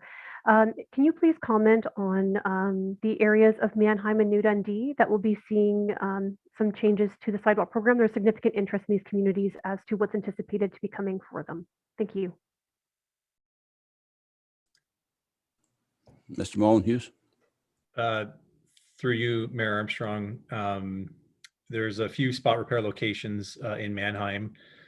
Just off the top of my head here, I've got Milne Drive has a repair location, and Necto Court are two of the locations that do come to mind. Was there another location that you were looking for, Councillor? Yes, thank you, through the mayor. Is there anything in New Dundee that is expected in these works as well? Yeah, through you, Mayor Armstrong. So in New Dundee, we have Queen Street and Bridge Street. And these are, I should note that these are minor spot repairs, we'll say. So they're mostly hazard removals of 2 or 3 panel type work.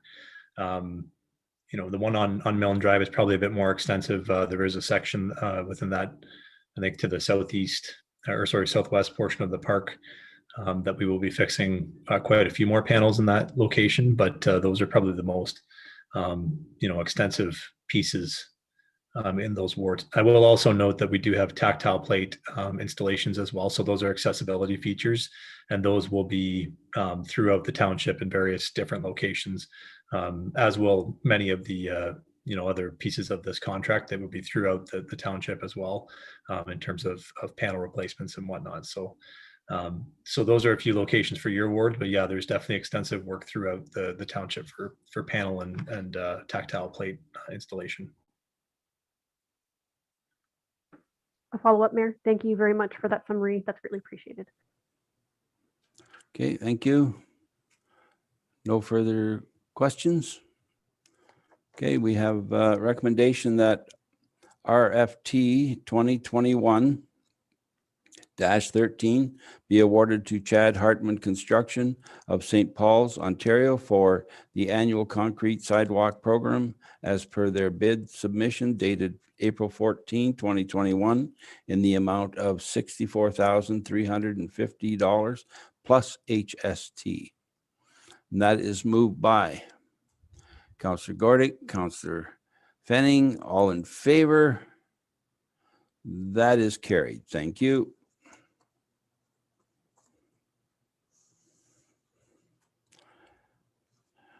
Next item is from Development Services, zone change application for 142 and 148 Snyder's Road West.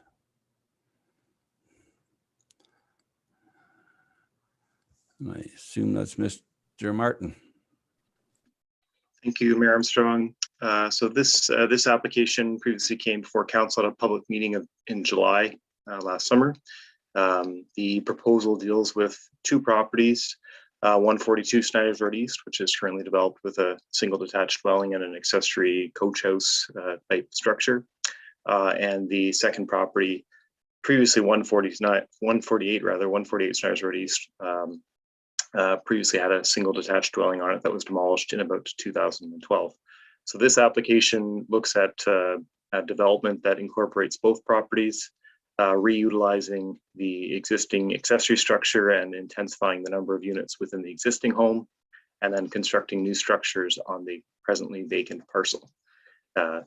Since the public meeting in July, the application was modified to remove one unit. So there was previously a separate structure behind the existing home that was proposed, and they have removed that so they could increase the availability of parking on the site. They still are looking for a reduction of parking by one space as opposed to the 6 previously proposed. Aside from that, the application has remained largely unchanged. Through the notice of this meeting, staff did not receive any additional calls or questions aside from what was raised at the initial comments through the public meeting. The proposal at this point is to recommend approval of the application with holding provisions in place, namely to address outstanding comments from the Region of Waterloo and also to address functional servicing for the site. So essentially what that means is council would be taking a position on the appropriateness of this development and putting the approvals in place. And at such time as those conditions that the region has related to a noise study and an archaeological assessment, as well as servicing constraints with the Foundry Street sanitary sewer or an alternative arrangement have been addressed, then the development essentially could move forward. Council would have our opportunity at that point to remove the holding zone. I will leave the comments to that, and if there are any questions, I'm certainly available to answer them.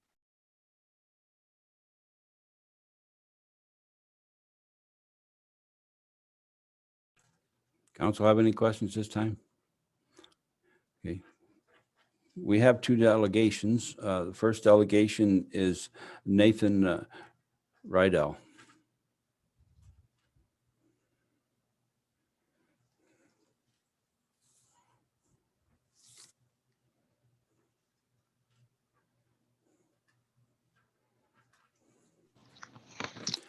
Okay. Welcome, Nathan. Thank you. And partner. Yeah. Hello. Hi. Mayor Armstrong and councilors, thank you for giving me the time to speak. Amy and myself recently purchased 142 Snyder's Road West, which is one of the houses that is adjacent to the western side of the proposed build. Our property is right next to the largest structure in the compound, and it does seem like there was very little consideration for the adjacent properties, as was voiced in the last public meeting by the previous owners and some of the other adjacent lots. The 3-story structure will tower over our property, blocking off the light for the entire eastern side of the property. And a recent revision to the proposal moved that building even closer to ours at 1.2 meters. And we would like to request as well that that building be reduced to 2 stories. So that request would also address the issues brought forth by the Classens, the previous owners, as well as the Pavies, the backing lot regarding the parking overflow and the traffic concerns that they brought up. The compound itself houses 18 units in this newest proposal with the expected population of 31 people, but they only provide 26 spaces. 2 of these spaces, numbers 25 and 26 on the drawing, appear to be set up as temporary parking. They're located directly outside of the front entrance of the 3-story building. And that current plan does not appear to support the residences, or as Natasha mentioned on the other build, it does not support workers and visitors. This being a seniors residence, I would expect a fairly high traffic of personal support workers, as well as visitors of families. The main street and the nearby side streets don't provide sufficient available parking for overflow. You look at something like Miller Street, you drive down there any day and I bet you there's kids out there playing. That's not a spot for increased traffic or additional parking. The request to reduce to 2 stories also mitigates the privacy issues that were raised by the Classens, and I would like to raise that as well. Part J of the planning and justification report states that the size is consistent with the surrounding area, and I would disagree with that, as some of the other builds have mentioned. The only 3-story buildings in the area are mostly commercial buildings, not residential buildings. It really does not fit with the aesthetic and the build of the area. Another concern that was brought up previously, which is still not addressed, is drainage. The west side of the building, of the 3-story building, drains towards our property and towards Snyder's Road. We currently in that property, in our property, do have some drainage concerns already from the vacant lot that's there. Looking at the drawings, they do not change the drainage sloped towards our property. Vapors and smells were brought up as an issue in the previous public meeting and have not been addressed. The AC is also a noise concern, which was not addressed, but I believe that will be mentioned in the assessment. So having noted these concerns, we do ask that the council votes no to the zone change application. We ask that the council looks to make some significant changes to that application. We do understand that the city plans to grow, and obviously we want to support that. And I think having a seniors community here would be a lovely addition. But I ask that you grow the city in a way that preserves the style and elegance that exists. So if you are considering this, potentially reduce the height of that 3-story building and consider how close it is to our house and the other neighboring units. So I don't really want to grow up and build a family in the shadows of a building like that, and I don't want to have to deal with the exhaust and the noise from it as well. So please consider that when you're making your decision, and I thank you for your time. Thank you, Nathan. Anyone have any questions for Nathan? Seeing none. Next delegation is Sam Head.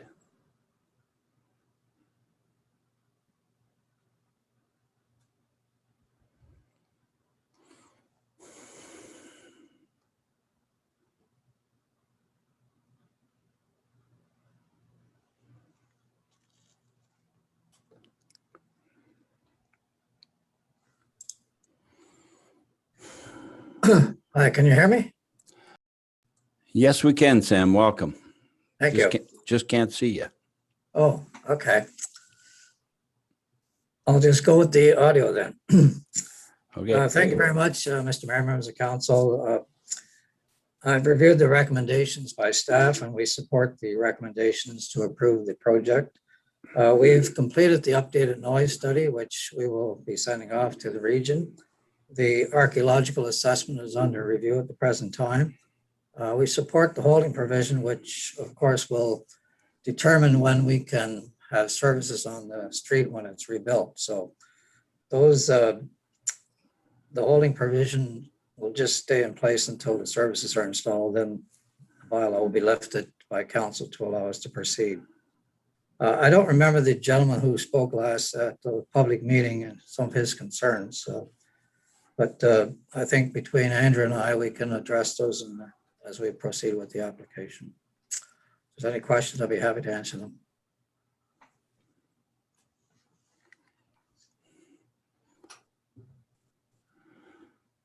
Councillor Gordick.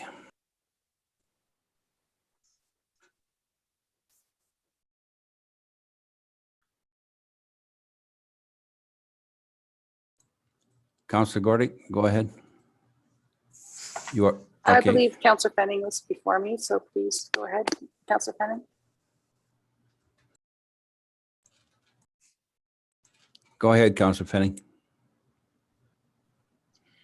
Thank you. Through you, Mayor Armstrong. I was just wondering if Mr. Head would be able to comment what kind of an impact or reduction in the height of the building would have on the overall project feasibility, and whether it is even possible to consider at all. I think, you know, certainly I think that the community does need to understand why certain things are designed the way they are, and just hoping you could provide some clarification or some information on that. This project has been geared to seniors. The two sons that own the property, their mother lives in the building. She intends to stay there as a senior resident. The project is to attract seniors to the buildings. That's why the parking is basically almost at par with the requirements at 27 spaces down to 26. The grading and drainage that was referred to, we've done an engineering report that has been submitted to the township for consideration by your engineers and your works department. And through the final site plan process, that'll all be addressed by the township planners through the agreement and the site plan control. Reducing the number of units, I would have to talk to the owners. They've looked at this from an economic standpoint to see how many units would be appropriate for the site and where they would be able to accommodate them. So I'll go back to the owners and ask them that question. I can't answer it myself. I haven't looked at the economics of it.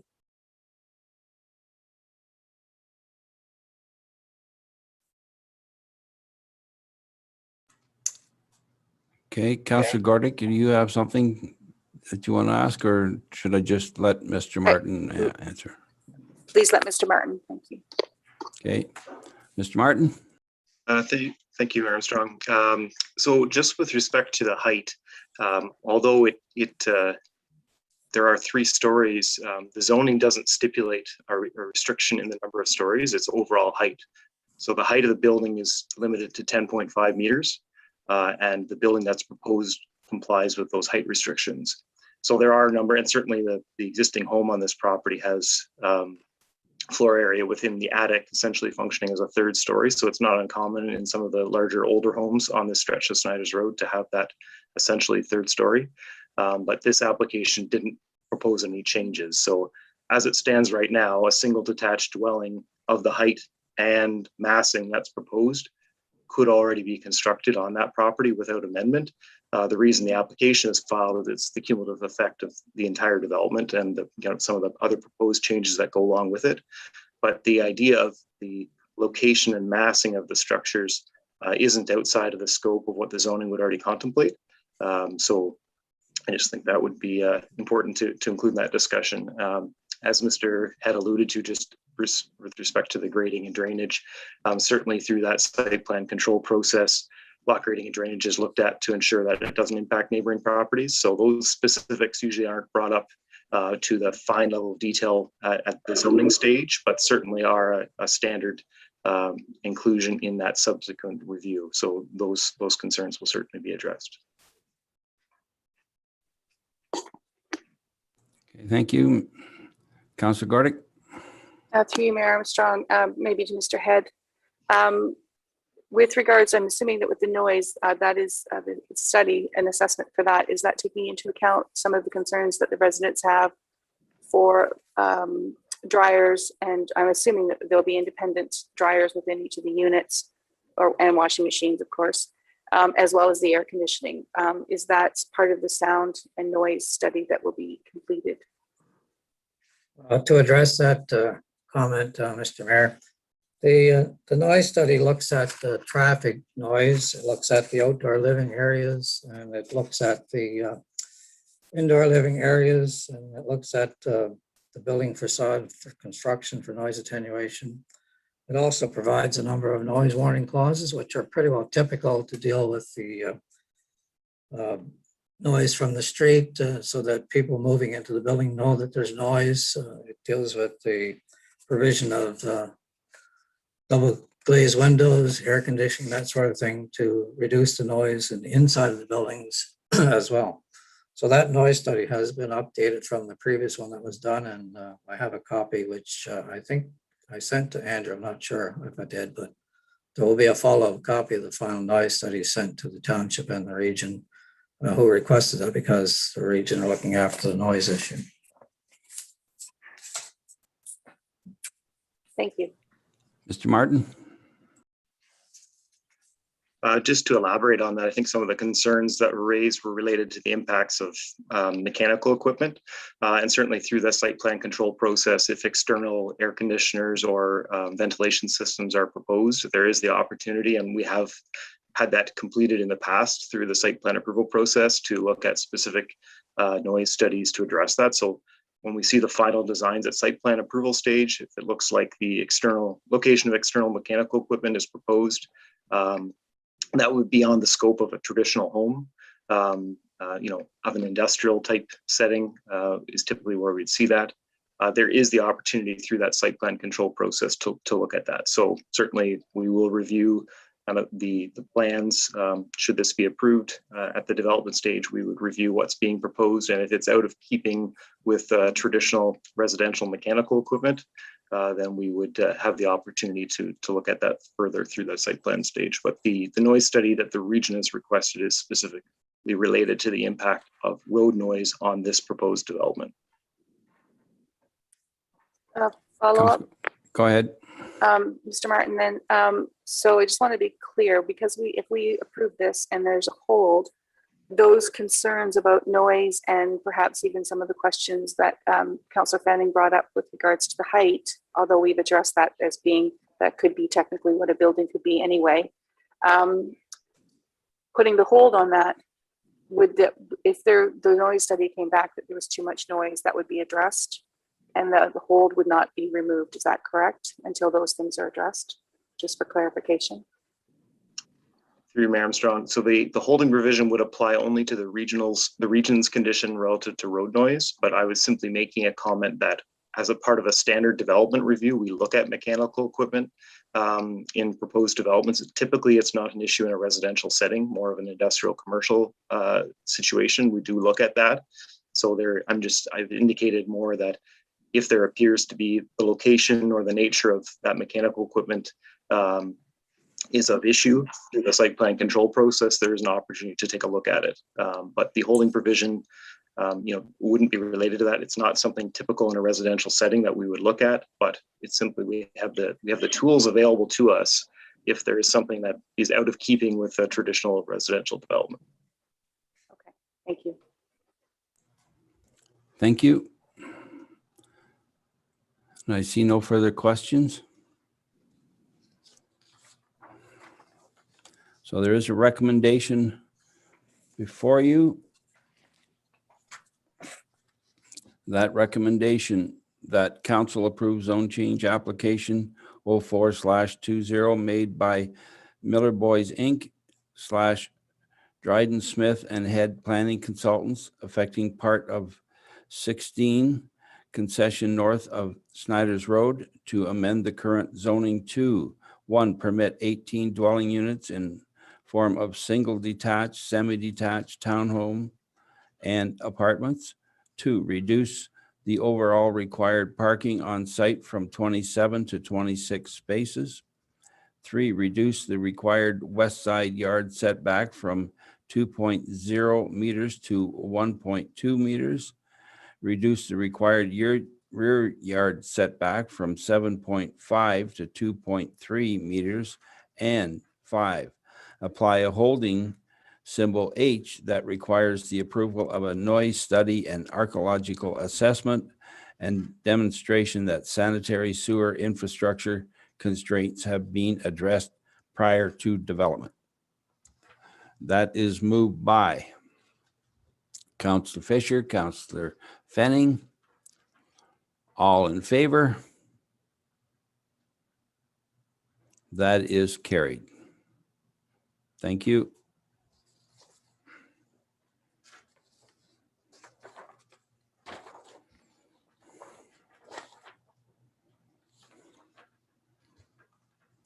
So there's no correspondence, and we have bylaws. That recommendation that bylaw numbers 2021 and 27 be introduced and read a first, second, and third time, and finally passed in open council. That is moved by Councillor Hallman, Councillor Gerber. All in favor? That is carried. There are no notice of motions. Announcements. Anybody have announcements?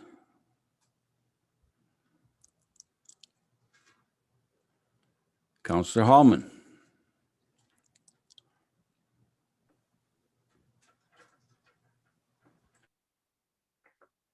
Thank you, through the mayor.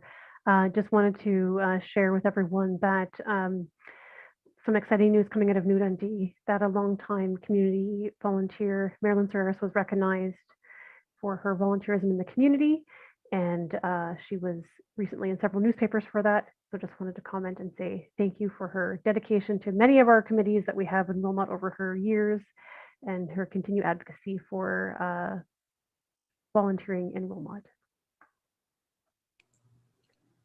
Hear, hear on that. Good. Councillor Fanning. Thank you. Through you, Mayor Armstrong.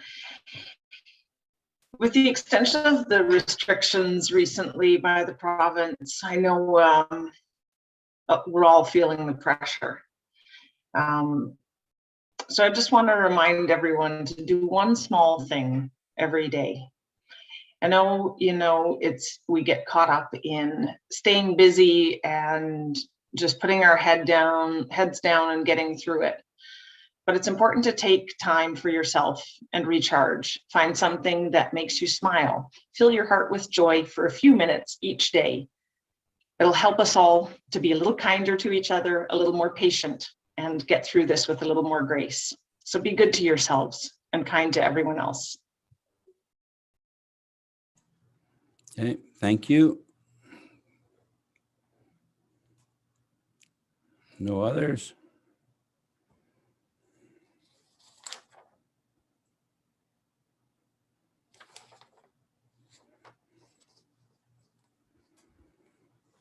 Okay, next item we have is delegations. And before commencing with hearing from delegations, I would like to remind all delegations of some guidelines for participation. Delegations will be allotted 10 minutes to speak and will be provided a 2-minute warning reminder when your 10 minutes is nearing completion. We also ask that you leave the meeting once your issue has been addressed. You are then welcome to watch the remainder of the meeting being webcast live via YouTube. If you conduct yourself in any of the following manners, it will result in an immediate muting and removal from the meeting. Interrupting councillors, staff, or other delegations, derogatory statements about councillors, staff, or others, hate speech, or defamatory comments. Now, we'll call upon the delegations. The first delegation is Rory Farnan and Samantha Lernout.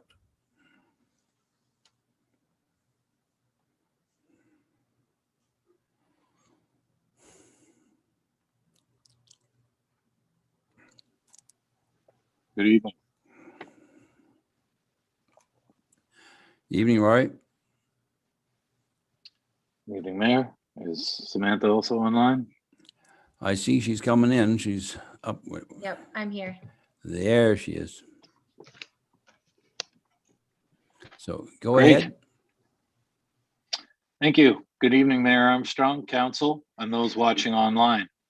Tonight, CSGW continues to identify potential impacts related to the proposed Almond Pit.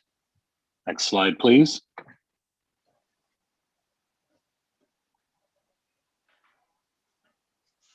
Next slide, please. The potential ecological impacts of this application can be explained as both technical and subjective at the same time. That being said, its significance cannot be denied. Next slide, please. The property, as well as some of its natural features, come within a list of designations. Sensitive, protection, and significant are words used to explain their importance. Underground aquifers provide drinking water. Woodlots and wetlands serve as an ecosystem for wildlife. Next slide, please. Being unaware at the time of the process or the impact of the region's EAC, Environmental Ecological Advisory Committee meetings, Citizens for Safe Groundwater was not present to highlight our concerns for the natural environment. Unlike other reports, the Natural Environment Report has not received a third-party peer review. This property is reported to function as a habitat for wildlife.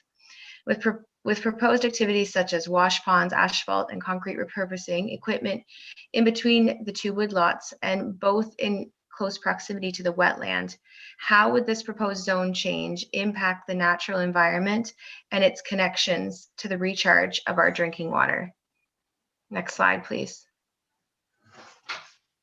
The Waterloo Moraine is one of Canada's greatest underground resources. Its geology both complex and unpredictable. It acts as a critical asset to the region's water supply. Wilmot plays a significant role in its existence, as the majority of the sensitive recharge areas are located within the township. So too is the risk of harmful aggregate extraction. Next slide, please.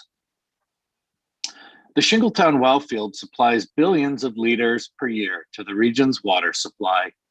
CSGW recently delegated to Regional Council, which included a positive and engaging Q&A session. It's important to point out Councillor Lorenz and Councillor Galloway's comments around groundwater protection. CSGW has also presented planning with a report that outlines outstanding items of which a formal response is still outstanding. Next slide, please. It is important to remember that it is the applicant's responsibility, according to Wilmot's official plan, to ensure there are no negative impacts from this zone change proposal. This means that it is the applicant's responsibility to provide data and expert support to prove there will be no negative impacts to our water. Issues and recommendations identified by our experts in hydrology are left outstanding. It is also important to recognize that the region's review of the water internal review of the water assesses risk to their municipal wells. Their priority is not the private wells surrounding the proposed operation. Next slide, please. The Association of Municipalities of Ontario has a team of policy advisors who conduct research and analysis for its members. In its comment to Bill 132, AMO identified its concern relating to aggregate extraction and the potential risks posed to areas of drinking water sources, suggesting municipalities do all that they can to ensure drinking water is safe. Next slide, please. Accessory operations bring the potential for unnecessary risk. Wash ponds, for example, can pose a negative impact to underground water quality.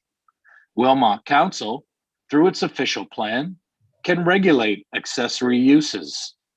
Given the applicant's desire to add wash ponds, used material stockpiles, and fuel storage in a sensitive recharge area, CSGW recommends the absolute restriction of these uses on this property.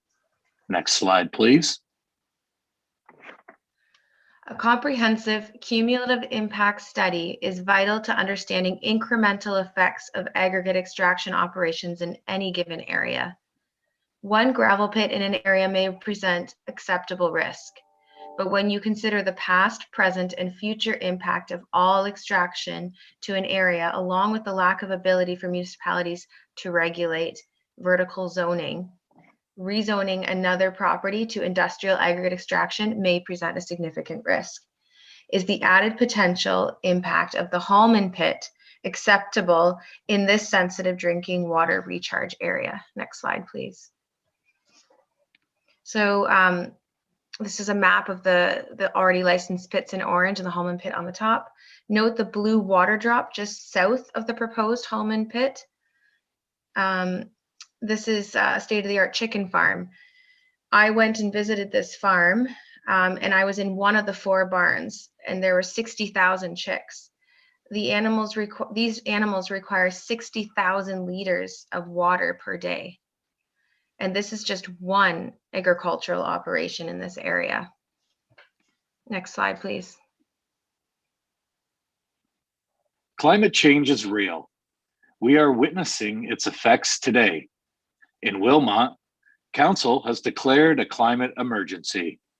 Cumulative impacts that have negative effects to a sensitive ecosystem can be seen in nearby Puslinch Township. The recent low precipitation, coupled with a gravel pit's existence, has impacted neighboring wetlands and possibly shallow wells. Council is concerned and have passed a motion requesting the gravel pit pause operations pending an MNRF review.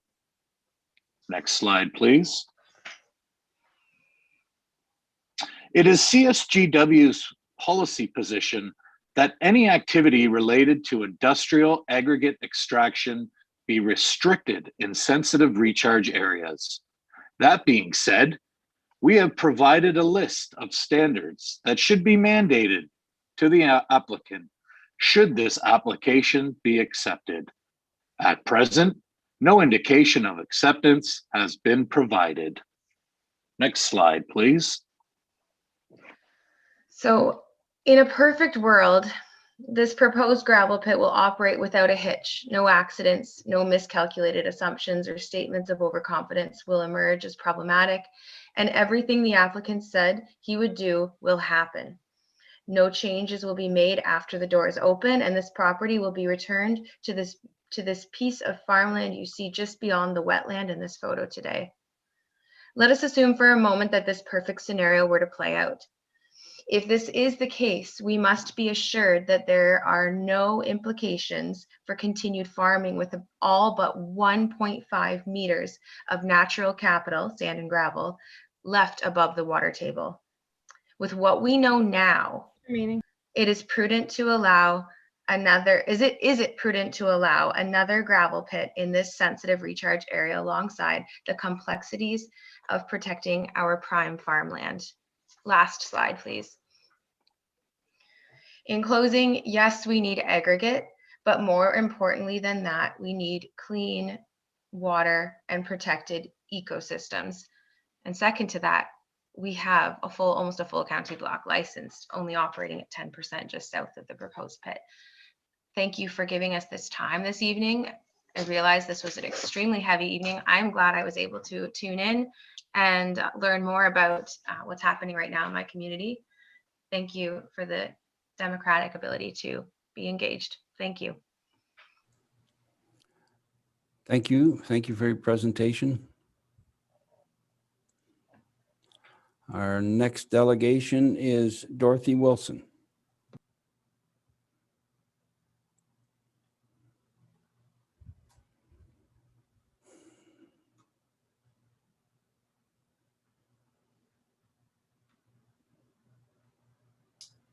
Hi, Hi, welcome, Dorothy. thank you for having me. Mayor Armstrong, Wilmot councilors and staff, members of the public. As you know, my name is Dorothy Wilson, and I'm here this evening on behalf of the Nith Valley Eco Boosters. The Nith Valley Eco Boosters is a local organization that is committed to achieving and supporting a long-term healthy environment in Wellesley and Wilmot townships through education, action, and collaboration. One action that our group has decided to take is to support the Citizens for Safe Groundwater. We feel that the work that Citizens for Safe Groundwater is doing to oppose the proposed Holman pit directly aligns with the mandate of the Nith Valley Eco Boosters. The focus of a number of presentations this evening is going to be water, wetlands, woodlots, and wildlife in relation to the proposed Holman pit. I would like to start off my presentation by talking about water. The Nith Valley Eco Boosters has a history of providing education to the public about how to protect and conserve water. In 2017, we developed a board game for this purpose, the Water Game. It has been used at the Living Well Festival and other community events, in schools, at presentations to community groups, and to summer day camps run by the Wilmot Family Resource Center. One key fact that the players learn when playing the game is that most of our drinking water here in Waterloo region comes from groundwater that is accessed by over 120 wells throughout the region. It makes sense to do everything possible to protect groundwater. In fact, the region of Waterloo has a source protection plan that is intended to protect municipal wells from activities that could contaminate our drinking water. In addition, according to its website, the Township of Wilmot is committed to providing safe drinking water to all its residents. Local citizens are encouraged to conserve water and adopt behaviors that protect water from contamination. It follows then that our municipality should not allow any activities that could jeopardize our water sources, such as permitting a gravel pit that is very close to municipal wells, as the proposed Holman pit would be. Another fact that is introduced in our board game is that wetlands are important for a large number of reasons. Wetlands provide habitat for birds, fish, and other wildlife. They filter pollutants from the water before it soaks into the ground. They store carbon, which is important for mitigating climate change, and they help to control flooding. Many wetlands have been destroyed in order to have land for agricultural or development purposes, but things are rapidly changing as our planet is facing a far-reaching climate crisis. In some communities, a new movement is growing where natural assets are given a monetary value. This results in town officials being responsible to maintain natural infrastructures, just like they do with traditional brick and mortar assets. It also leads to nature-based solutions when considering how to deal with climate change. The International Union for the Conservation of Nature launched a set of global standards for nature-based solutions last year that could sequester a significant amount of carbon. Wilmot Council must join other communities in recognizing the value of natural areas in their jurisdictions. The Nith Valley Eco Boosters Group urges Wilmot Council to take into consideration not only the health, but also the value of the wetlands that would possibly be adversely affected by the proposed Holman pit. In 2020, the Nith Valley Eco Boosters began a collaboration with the Wilmot Horticultural Society and Rotary Wilmot called Let's Tree Wilmot. Its mission is to increase the tree canopy cover in rural and urban areas of Wilmot. Trees do matter. They provide oxygen, absorb carbon, cool the environment, capture, store, and filter rainwater, provide habitat for insects, birds, and other wildlife, among other things. Trees are very valuable and they need to be protected. More trees need to be planted. Trees are vital for the long-term environmental health of our community, the country, and indeed the entire planet. If the proposed Holman pit is allowed to proceed, the trees in the woodlot on the property in question would be threatened. For the reasons stated above, those trees need protecting. I have mentioned how wetlands and trees provide habitat for wildlife. Why should we care about wildlife? For many of us with bird feeders, we know how much pleasure we can derive from watching different birds visit our backyards. But more importantly, according to the Canadian Wildlife Federation, wildlife plays a vital role in the ecological and biological processes that are essential to life. The health of the environment is dependent on interactions among plants, animals, and microorganisms.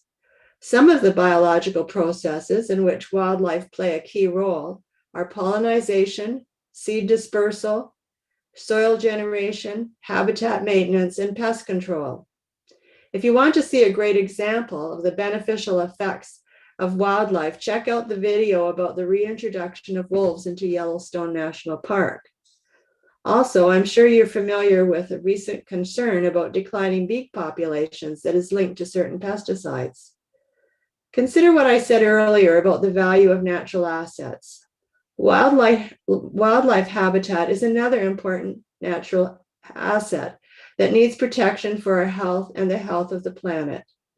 Wildlife habitat could certainly be compromised if the proposed Holman pit is approved. In March of 2020, the Nith Valley Eco Boosters wrote a letter to the Township of Wilmot outlining our concerns about the proposed Holman pit. In that letter, we stated that approving the development of the aggregate operation was in direct conflict with the climate emergency that had recently been declared by the township. Our opinion has not changed. All decisions that the Township Council make related to the management of Wilmot need to be guided by the fact that a climate emergency has been declared. Water, wetlands, woodlots, and wildlife are all natural assets that must be protected. The Nith Valley Eco Boosters urges the Wilmot Council to prevent the construction of the proposed Holman pit for the sake of a long-term healthy environment in our community. Thank you for the opportunity to speak this evening.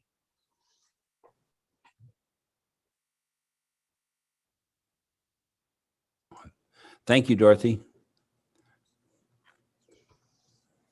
So our next delegation is Linda Lapal.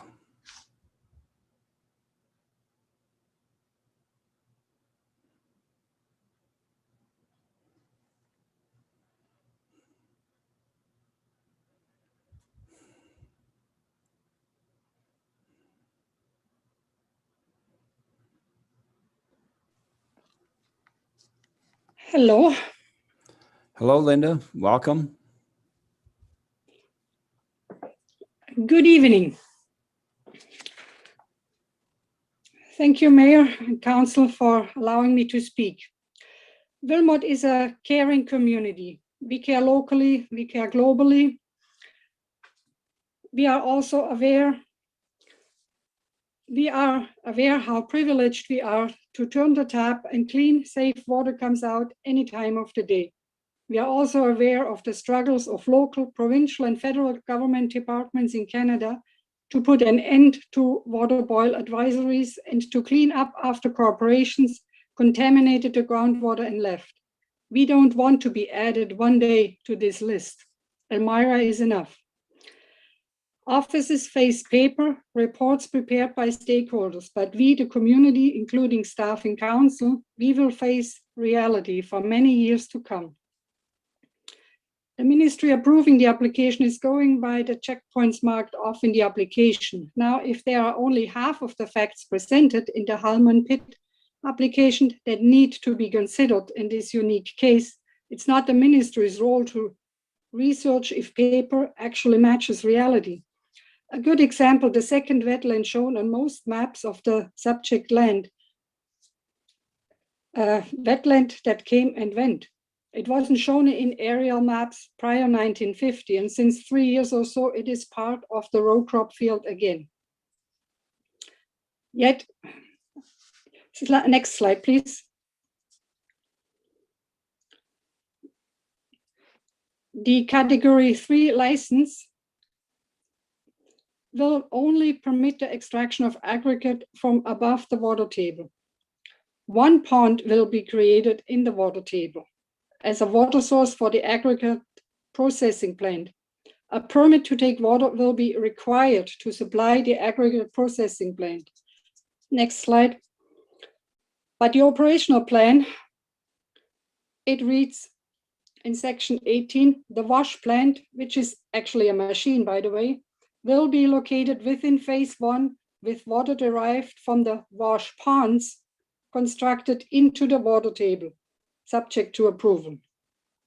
While all papers promise to keep a minimum of 150 meter above the water table, one study talks about one pond into the water table, and another planning paper clearly describes the intention to start operating wash ponds, no mention how many, into the water table right from the start, or seek a permit to go into the water table once general approval is given. Next slide. 19, aggregate recycling. The licensee is permitted to import concrete and asphalt for recycling. Recycling shall occur within the recycling area. To support the impression everything was done to remove any hazards from the site, an environmental site assessment was done and a record of site condition filed with the ministry. Next. Environmental site assessment and recorded site condition. The assessments done for the real estate transaction and not for a record of site condition. The phase 2 environmental assessment, page 136 of the statement of limitation notes, it should be noted that the observations and recommendations pretended in this report are limited to the actionable locations explored. Next. The environmental assessment used as background information for all studies is in reality valid only for these exact locations. On the left, the green and yellow areas where oil and air-conditioned fluid stained soil and in-ground fuel tanks were found and removed. The other locations on the right were chosen by the trees was to meet a requirement of investigating 30 meters from a water body, but there isn't any water body yet. Next slide. The red dots by the trees mark the test pits where construction waste was found and other litter. And now we see the water body, the plant wash pond in the water table to supply the wash plant. Waterloo Region Report, Burnside Report, describes the Shingletown-Witzel Pond as the exposed aquifer. The blue dot marks the irrigation well, the location and condition or plans for future use not mentioned in any reports, same as another half-dozen wells on the property. The well is so deep, it affects aquifer 1 and 2, passing through an aqueduct the consultant had concluded has a 500-year travel time. Since this well is located right under the proposed asphalt recycling area, it should raise a red flag. On the other hand, what the ministry doesn't know is that this well was used to mix manure, and if the water is untested and used for aggregate washing, potential contaminated water could be brought up from a lower aquifer and released into the upper aquifer that many people depend on. Next slide. These are wells found on and near the cattle yard, including said irrigation well, listed in the report, but not investigated. The blue area, the recommended pump setting at the time of drilling. Next slide. These are well records of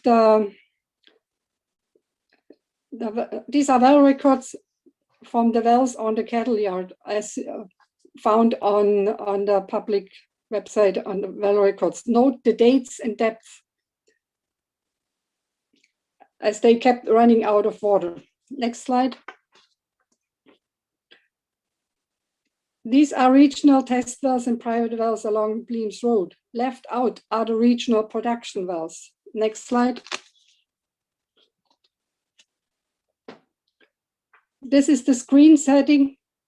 This shows the production wells. This is the green setting of wells K50 and 51. In reality, intake screens start just 22 meters below water table. Next slide. And these are the well records from old deep wells that were used to establish the theory of a 500-year travel zone aquitard, along with the boreholes and test well drilling information. The people were looking for water when they drilled these wells. These were not geologists that exactly examined the formations found. Next slide. These are the records from the 5 monitoring wells that were drilled prior to purchase of that property and are all fairly shallow. Next slide, please. The region had asked for additional wells to be drilled. They are also listed in the public well records website. But unlike the first 5 wells, no information in regards of depth or type of soil encountered is recorded. Next slide. 2 minutes, please. These are wells east and west of Whitmore Road that were referenced in the study. Next slide. This is from the recent regional report confirming where the wells draw the water from. Aquifer 1. Next slide. And here a cross section of the well nest from the same report. Next slide. This is a close up of the cross section. Oddly enough, the 2 wells, K50 and 51, only 10 meters or 50 meters apart, drawing water from the same depth, measuring very different nitrate levels. K50 about up to 8 and K51 a more constant 2. This tells us the water comes from 2 different directions to the wells. Reality is, so the fact that pump tests at the wells influence the water table as far as the Halman Lake in the east and test wells on Sand Hills Road near Whitmore support the concept of an interconnected underground lake that needs to be protected from any spills or intentional deposited wash water. Reality is the hydraulic system of one piece of heavy equipment holds 500 to 600 liters of oil. It takes a few liters to spill till it is noticed, and then the 15-liter buckets in the emergency kit at the scale house need to save us. But I'll have some good news. Please go to the last slide. Farmers in the intake area of the Shingletown wellfield must have done something right over the last 10 or 15 years, as for the very first time for all of 2020, the nitrate in K51 showed 0. So please look at facts and reality and not just boxes ticked off on the application forms. Thank you very much. Thank you, Linda.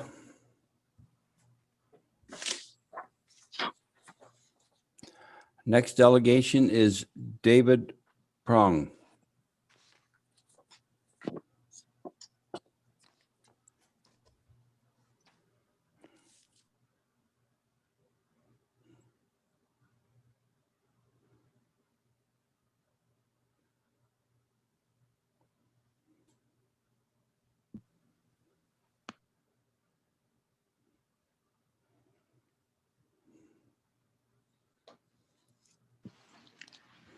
Hello. Welcome, David. You may go ahead. Okay. Hello, Mayor Armstrong and Wilmot councillors. My name is Dave Prong. My wife Cheryl and I live on the farm at 2031 Bleams Road, adjacent to the proposed Holman gravel pit, and share the wetland that you probably heard of already. I am speaking today to voice our objections to the gravel pit. There are a lot of issues that we have and so many other people in the area feel the same. We want to protect that farm from the proposed pit that produces corn, wheat, beans, etc. each year. If and when the pit opens, 135 acres of farmland will be lost forever, and the sand and gravel that protect the groundwater as well. Also, I am very concerned about the groundwater that flows under the property. Many local residents have wells that depend on clean groundwater. Also, about half that pit will be in the protected source water area. Also, the pond is in close proximity to the gravel pit, and in the drawings, they want to have wash ponds to clean the aggregate that is close to and uphill from the pond, which I think will pollute the pond. Even all the dust that will blow around will have an effect on it. They want to crush concrete and asphalt also, which is very dusty and noisy. All the noise, vibrations, dust, diesel fumes, etc., might scare off some of these animals and birds and reptiles, that they may not even be able to produce any young ones anymore. There is less and less wetlands around the area, so we need to protect the ones we have. We have done our part in protecting that groundwater and the pond by decommissioning 2 wells that's on our farm that were no longer in use. We received a grant from the GRCA to help cover some of the costs to plug the wells so no contamination would get into the water. Having a pit digging down close to the water table is a recipe for trouble. The wetland itself is home to so many types of birds and animals and insects and reptiles that if it gets contaminated, they will have to leave to find another place to get drinking water, etc. And there isn't many wetlands around. All the noise,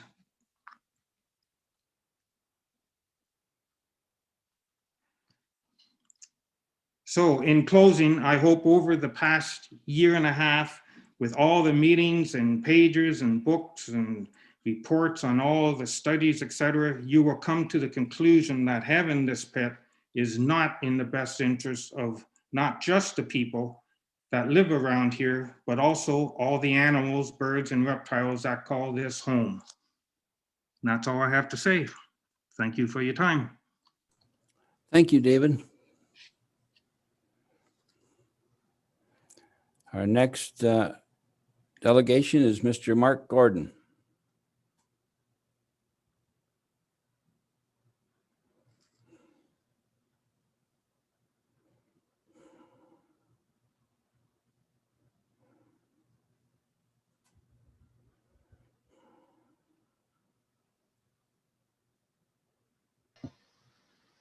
Hello.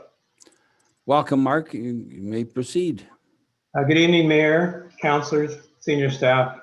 I'm talking tonight about Wilmot Township's inconvenient truth. In recent years, the term has come into popular usage with Al Gore, talking about climate change and the science of climate change, and talking about the need to actually address, slow down, and ideally stop climate change. Climate change, which for years and years many people and governing bodies continue to deny, and which for years and years governing bodies fail to act on. An inconvenient truth is seen as a fact or truth that people and governing bodies may not like, because by accepting or acknowledging it, they might be expected to change behavior, beliefs, decisions in order to accommodate the facts, the science. For Wilmot Township, the inconvenient truth is the science of fine particulate matter generated by diesel exhaust, and the science of the accompanying health hazards, including cancer, lung disease, neurodegenerative illnesses such as Alzheimer's, as well as early death. And for Wilmot Township, the really inconvenient truth, for Wilmot Township senior leadership such as acting CAO, planning staff, councilors, and mayor, the really inconvenient truth is that the proposed gravel pit on Whitmer Road will directly and negatively affect the health of the approximately 150 people living on the perimeter of this proposed gravel pit. 150 people living very, very close to this proposed pit. An increased risk of lung disease, an increased risk of Alzheimer's and other neurodegenerative diseases, an increased risk of cancer, an increased risk of early death. And it's a really inconvenient truth because Wilmot Township will have to vote on the rezoning for this gravel pit. And it's a really, really inconvenient truth because Wilmot Township is fully aware that our MPP, Mike Harris Jr., and Premier Rob Ford really want this gravel pit. Mike Harris Jr. and Doug Ford want you to rezone the property on Whitmer Road so that the Ministry of Natural Resources, and if necessary, the Provincial Review Board, can approve and make this pit happen. Gravel business as usual. How gravel's been done for years and years, decades and decades. The scientific information provided to Council on March 1st of this year is very clear. Fine particulate matter generated by diesel exhaust brings with it a number of devastating health outcomes, disease and early death. This science is not contested. To rezone and allow this gravel pit is to allow, to facilitate, to create a public health emergency for all those living on the perimeter of this gravel pit. Excuse me while I repeat that. To rezone and allow this gravel pit is to allow, to facilitate, to create a public health emergency for all those living on the perimeter of this gravel pit. My neighbors, my family, and me. Over 100,000 new diesel truck trips a year. Diesel machinery working in the outside 12 hours a day, 6 days a week. The setback, the distance from the pit to people's back doors, is 130 meters, a little more than a football field away, or perhaps soccer if we're so inclined. Diesel generated fine particulate matter carried by air currents right to the backyards, back doors, through open windows. Fine particulate matter bringing an increase in disease and early death. Not an exaggeration, not hyperbole, it's what the science says. Again, this is Wilmot Township's inconvenient truth. Wilmot Township has in the past welcomed gravel pits, voted for their rezoning. That is a long-standing behavior of Wilmot Township. But now science shows the dangers to people living in close proximity to gravel pits. Wilmot Township will have to acknowledge this inconvenient truth, change its behavior, and not allow this rezoning. Wilmot Township will have to change its behavior because that is what the science dictates. Now I appreciate that Wilmot Township is under pressure to, as they say, tick off the boxes of this application from the Ministry of Natural Resources and Forestry. To say no to our MPP Mike Harris Jr. and Premier Doug Ford is to risk angering the power of the provincial government. Given that Mike Harris Jr. is the assistant to the Minister of Natural Resources and Forestry, which oversees gravel, I emailed him for help to intervene twice with no response. He says nothing. In a June 3rd, 2018 KW Record article, Mike Jr. is quoted as saying, "I'm actually a very responsible man and I'll be listening to my constituents. I'm certainly not going to be hiding or ducking away from anything." But he says nothing to me as to the negative health outcomes, increased illness, early death that this pit will bring. In fact, he says nothing about this gravel pit at all. Again, I'm talking about people's health and lives for years to come. The health and lives of generations to come is at stake. More people will become ill than they would have if the gravel pit wasn't there. Cancer, lung disease, neurodegenerative diseases such as Alzheimer's. More people will die earlier than they would have if the gravel pit wasn't there. Wilmot Township's inconvenient truth is that by rezoning the land in question to allow for this gravel pit is to use the language we have all learned during this pandemic to create, for the life of this pit, a 30 to 40-year super spreader of illness and early death. Wilmot Township accepts the science of COVID and would not vote to allow a super spreader event for COVID. Wilmot Township cannot pick and choose the science it's going to accept. Wilmot Township cannot vote to allow a 30 to 40-year super spreader event for fine particulate matter. So it is in this setting, it is you who will vote on the zoning for this proposed gravel pit. Voting on whether to change the zoning that would allow the gravel pit to happen, to occur, to begin. This issue is real. It's about risking the health of approximately 150 people to tons of diesel exhaust generated fine particulate matter, which will increase our risk of illness and early death. The health of my neighbors, the health of my family, my health. What is your inconvenient truth, your inconvenient need to say no to Mike Jr.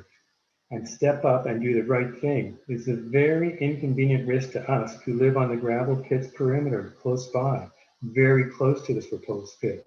The very, very inconvenient risk to us of illness and early death. So here's the thing. I mentioned climate change at the beginning of my presentation. For years, governing bodies denied and failed to act on climate change. And now, finally, governing bodies are acting. Some scientists say it's too late, but hopefully not. Surely there's a lesson here. Wilmot Township cannot spend years denying science or failing to act on protecting us from the toxic effects of diesel exhaust generated fine particulate matter. Waiting for years means an increase in illness and early death. So, Wilmot Township must research this issue. Wilmot Township must study this issue. The decision on rezoning must be fully informed by the science, which is to say science available today. Wilmot Township must defer this vote for a year so that the township has time to become fully informed by science. There are those, including those in the provincial government, who may not wish you to investigate the science. So it falls to you to take that bold step. Lives depend on it. Thank you very much. Thank you, Mark. Our next delegation is Christina Harnack.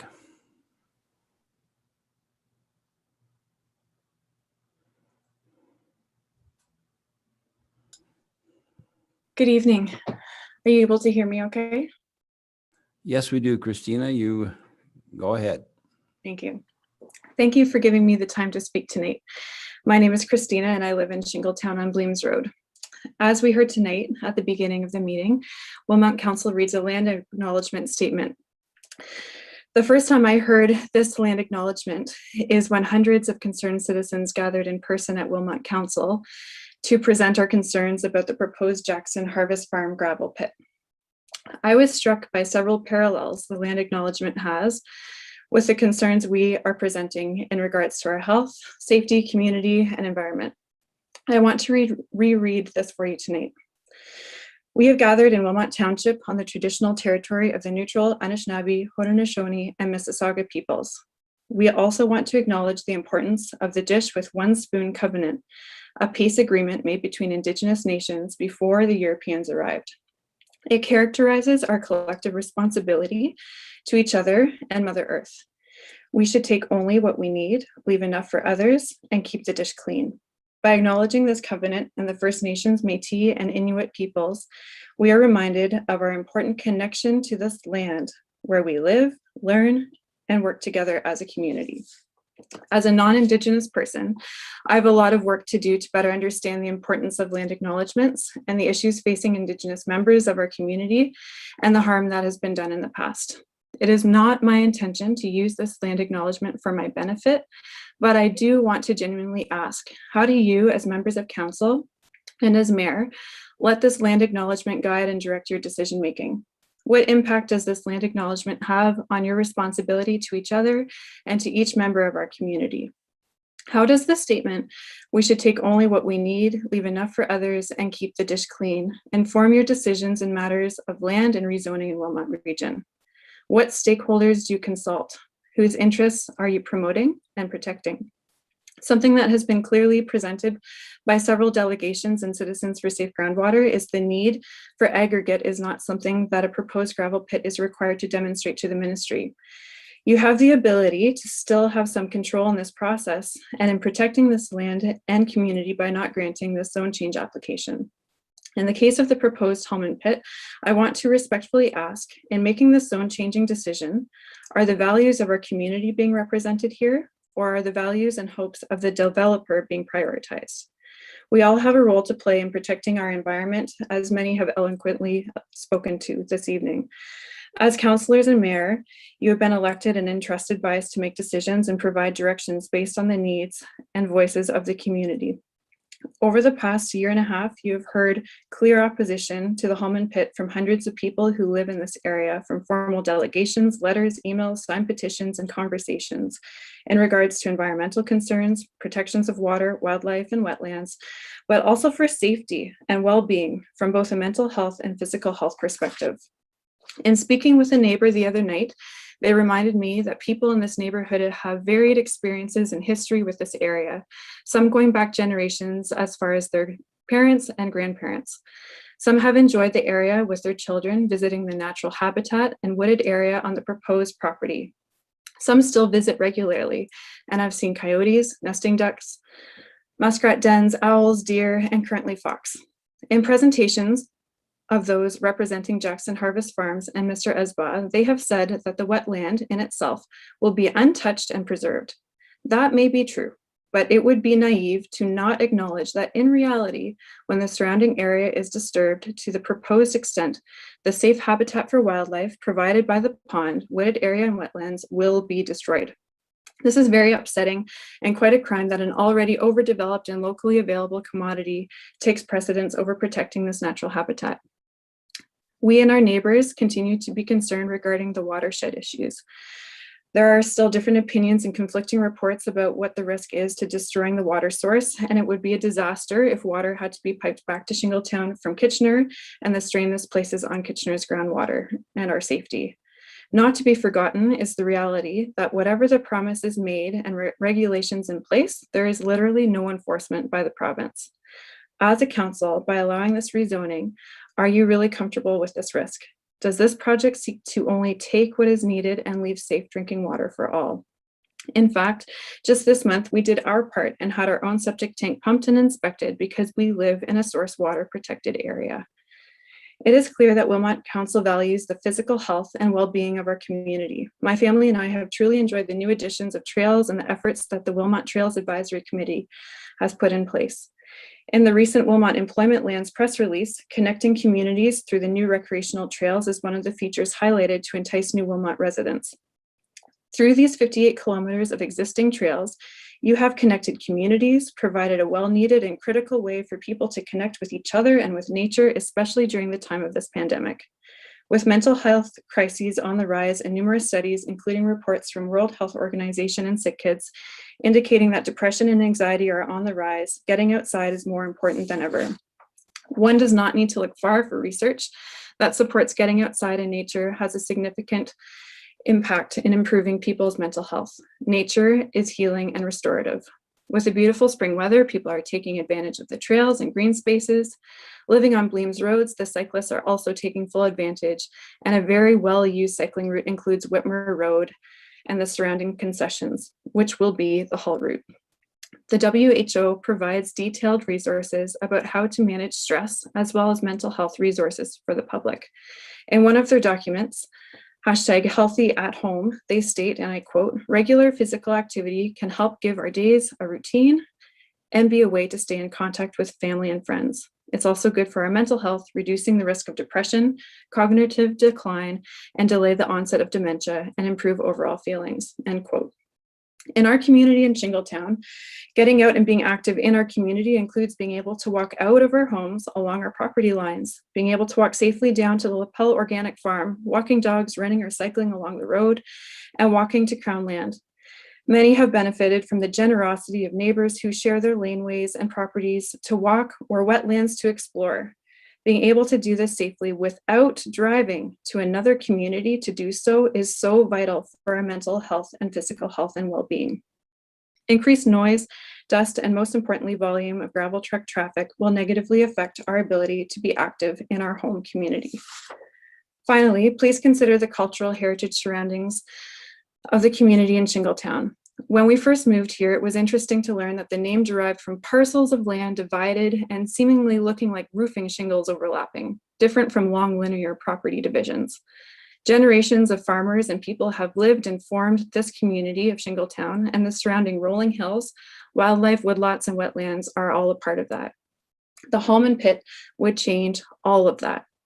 It is of note that the region of Waterloo, in collaboration with the Heritage Resources Center of the University of Waterloo and the Township of Wilmot, is undertaking a study of cultural heritage landscapes in the Township of Wilmot and North Dumfries. Identifying and conserving cultural heritage resources, including landscapes or larger areas that retain cultural heritage value, is an important part of planning for and managing change in our communities. I am glad the study is taking place, as making changes to zoning, community development, and environment has an impact not only on our future communities, but on the heritage of our communities as well. Please be courageous when you make a decision for this rezoning proposal. Please remember the many people who have voiced their concerns, and please make this decision based on science as referenced today, and with the values of our community at heart, and not for the goals and projects of an individual developer. Finally, I would like to comment that the length of time of a meeting may take should never get in the way of a fair and democratic process and allowing citizens ample time to address concerns for their voices to be heard. I do so appreciate the 10 minutes being protected and respected tonight, and I hope that will continue to be the case. Thank you for your time this evening. Thank you, Christina. Our next delegation is David Bricker.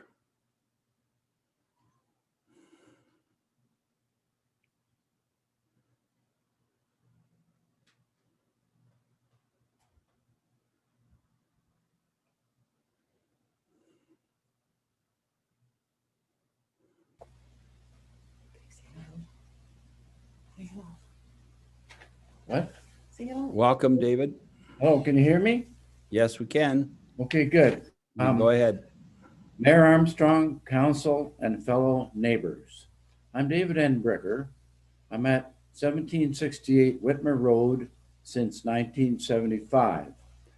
I was a firefighter for the city of Waterloo for 30 years, and the Toronto Fire Department doctor made us aware of dangerous airborne particles.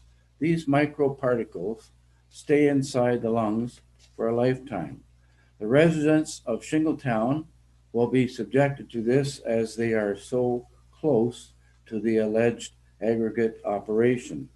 6 days a week, 12 hours a day, if operation goes through as planned. A business as such cannot operate so close to a residential area. Dust, noise, pollution, vibration. Did I mention truck backup alarms piercing the air 12 hours a day, 6 days a week, 300 days a year, 6 to 7 p.m. The concerned citizens of Wilmot have spoken. The voted-in council must listen and act on our behalf. Our pure good water is because of the natural deposit of gravel. Removal of this ecosystem will have irreversible damage. The said land must remain agriculture. The area is too sensitive for such an aggregate extraction. The already pits close to my property, Lafarge and Steed Evans, respect the surrounding areas and residents in the community. They give me no stress or concern. Lafarge is a very large business, and so is Steed Evans, but you'd hardly know they were there. The community of Shingletown now can listen and hear the many birds in this area, the breeze rustling through the trees, all the pleasant sounds of nature. If this aggregate operation is allowed, these sounds will not be heard again. Goodbye to the peace and stress-free lifestyle we all have been accustomed to for so long and so many years. So the sound of trucks backup alarms. The whole operation will then be the sounds. This said land is wetland, water sensitive area and must be preserved. Huge profit is the only concern of this company, and this cannot override the protection of this very beautiful and environmental sensitive area. Thank you for you hearing my plea. May good and common sense prevail. David Bricker. Thank you. Thank you, David. Our next delegation is Laverne Forwell.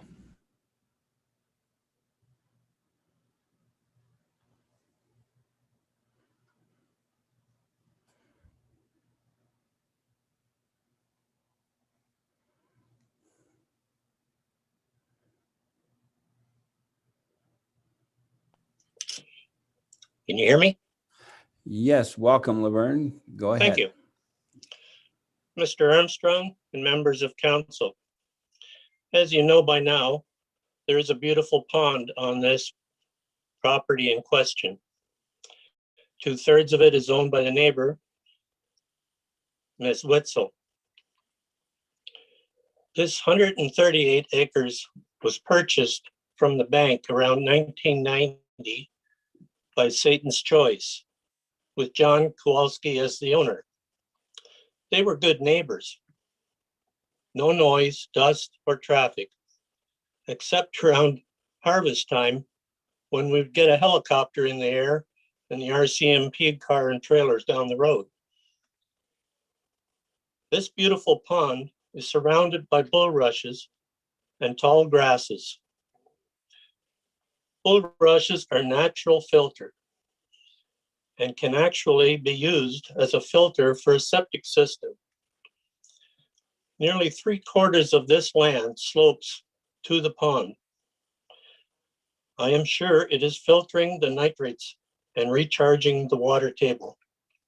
Because of the location of the pond on the east side of this proposed pit, the prevailing winds will blow the silica sand over the pond where it will settle and get into the water table.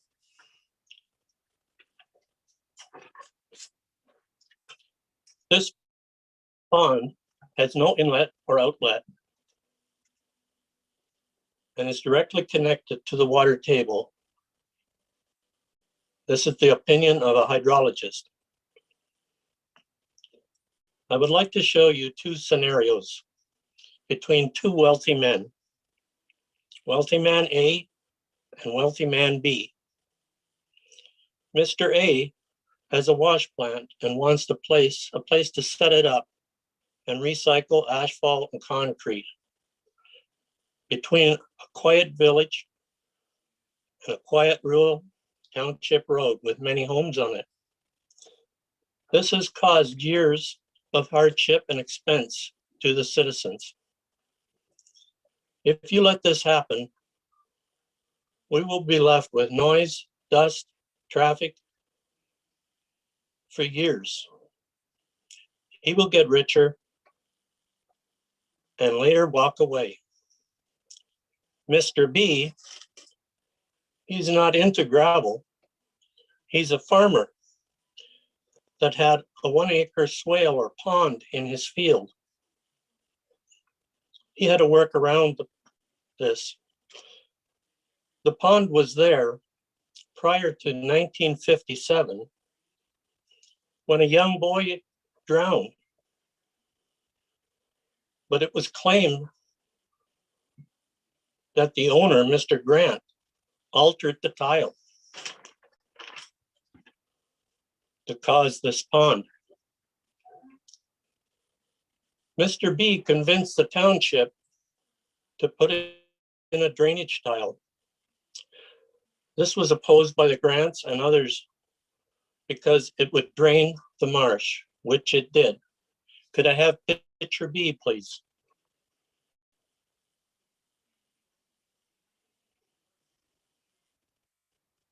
No, that's C.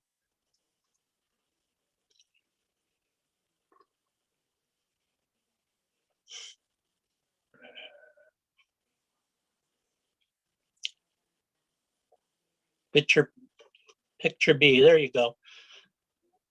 That's the marsh. That water you see in the front is the deepest water in about 7 to 8 acres.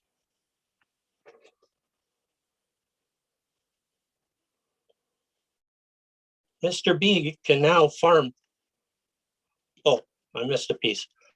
This marsh is a provincially protected wetland. This came from the top person in the Ducks Unlimited.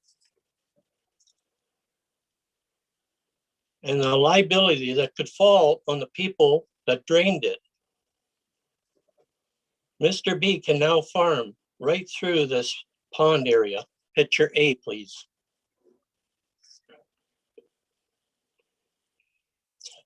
The area circled is the little area that he managed to get the water out of. So now he can make a couple extra $100 a year. But Mr. Grant has 7 or 8 acres of bulrushes, no water, and cannot work it into crop. No water to look at from his house. No more ducks, swans, geese, just a bill for $6,000. And his father next door, $12,000. And everyone else in the area had to pay. That costly tile comes out on the east side of Notre Dame, just south of the town, and now runs through Mr. Hayde's farm. Picture C, please. There you see the tile coming out and running across the whole field. He now has to work around it, which is far greater than the area Mr. B had. To fix Mr. Hayde's problem will result in the grants and other to pay yet, again, thousands of dollars. There is a comparison here between Mr. A and Mr. B and their gains at the expense of many that are opposed.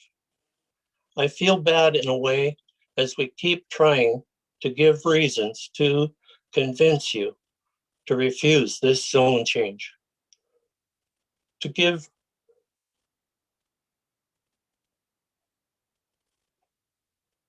sorry, I'm a bit lost here. But it is your job as counselors and planners for the citizens of Wilmot, not for the outsider that dropped in for a quick fix. I ask you to look at why two should benefit at the expense of so many. So just like those of us that live around this proposed pit will be affected around our homes, so will the 100 of nesting ducks, swans, and geese. Also shorebirds, along with turkeys, deer, and coyotes, will lose their peaceful homes once trucks start crashing their tailgates and the loaders move in. Comparing these two ponds, we could lose both of them. And that is a real disaster. Now I'd like to talk next, I would like to talk about Whitmer Road and its history. As Wilmot is currently reviewing heritage, Whitmer Road was the center of what was known as Berlin. This land was developed into small holdings and lots. They later decided to move the town, or Berlin, later known as Kitchener, closer to the river. The small holdings reverted over time back to larger farms as you see them today. Our township and the city are putting a lot of time and money into bike and walking paths. Whitmer Road is a natural scenic access from Kitchener's Ottawa Street West bike path to Mannheim Road, to Whitmer Road and west on Sand Hill to Baden, to the rec center in New Hamburg. 2 minutes. This is the only road that is not busy like Island, Bleams, and Huron that can connect city to the smaller villages to the west. Could you show the pictures of the bicyclers and walkers, please?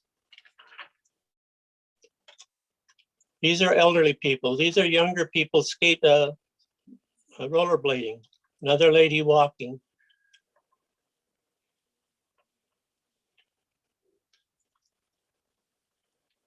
All these pictures were taken within about a minute drive as I was driving down the road at one time in about 2 kilometers the other day. This is not individual pictures taken at a different time. These were all on the road at this particular time. And that was only a few of them that have passed our place. So I'd really like to thank you for your time. And please save our marshes and our wetlands and a place for our animals and our agriculture. Thank you. Thank you, Laverne.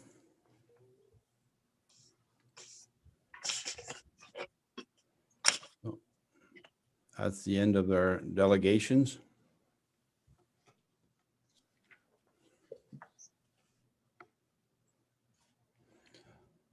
So next we have business arising from closed session, and we have a recommendation.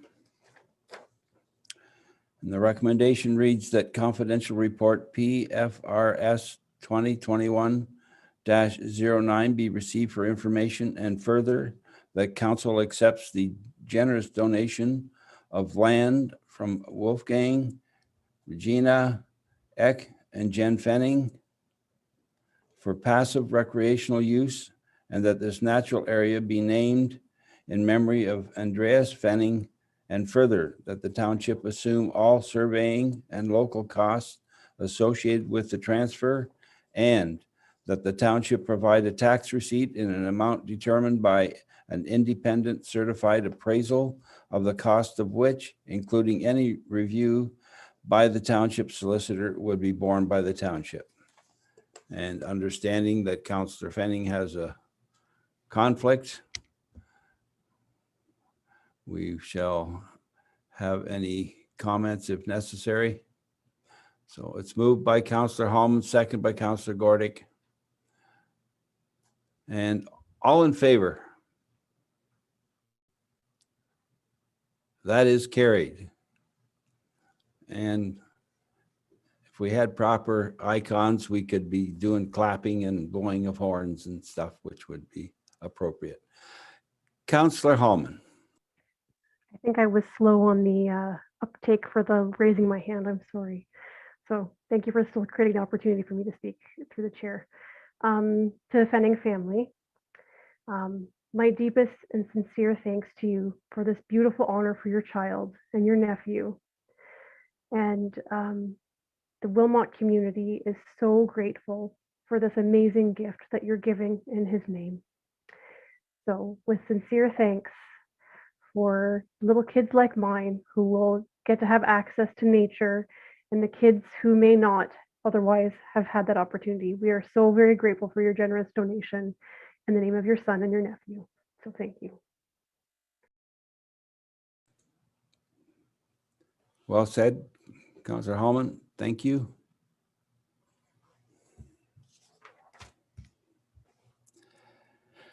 Next up is our confirmatory bylaw. Recommendation that bylaw number 2021-28 to confirm the proceeds of council at its meeting held on May 17th, 2021 be introduced, read first, second, and third time, and finally passed in open council. That is moved by Councillor Fisher, Councillor Gordick. All in favor? That is carried. And final recommendation that we do now adjourn to meet again at the call of the mayor. Moved by Councillor Hallman, Councillor Fenning. All in favor? One hand, please, just one hand. That is carried, guys. Thank you very much.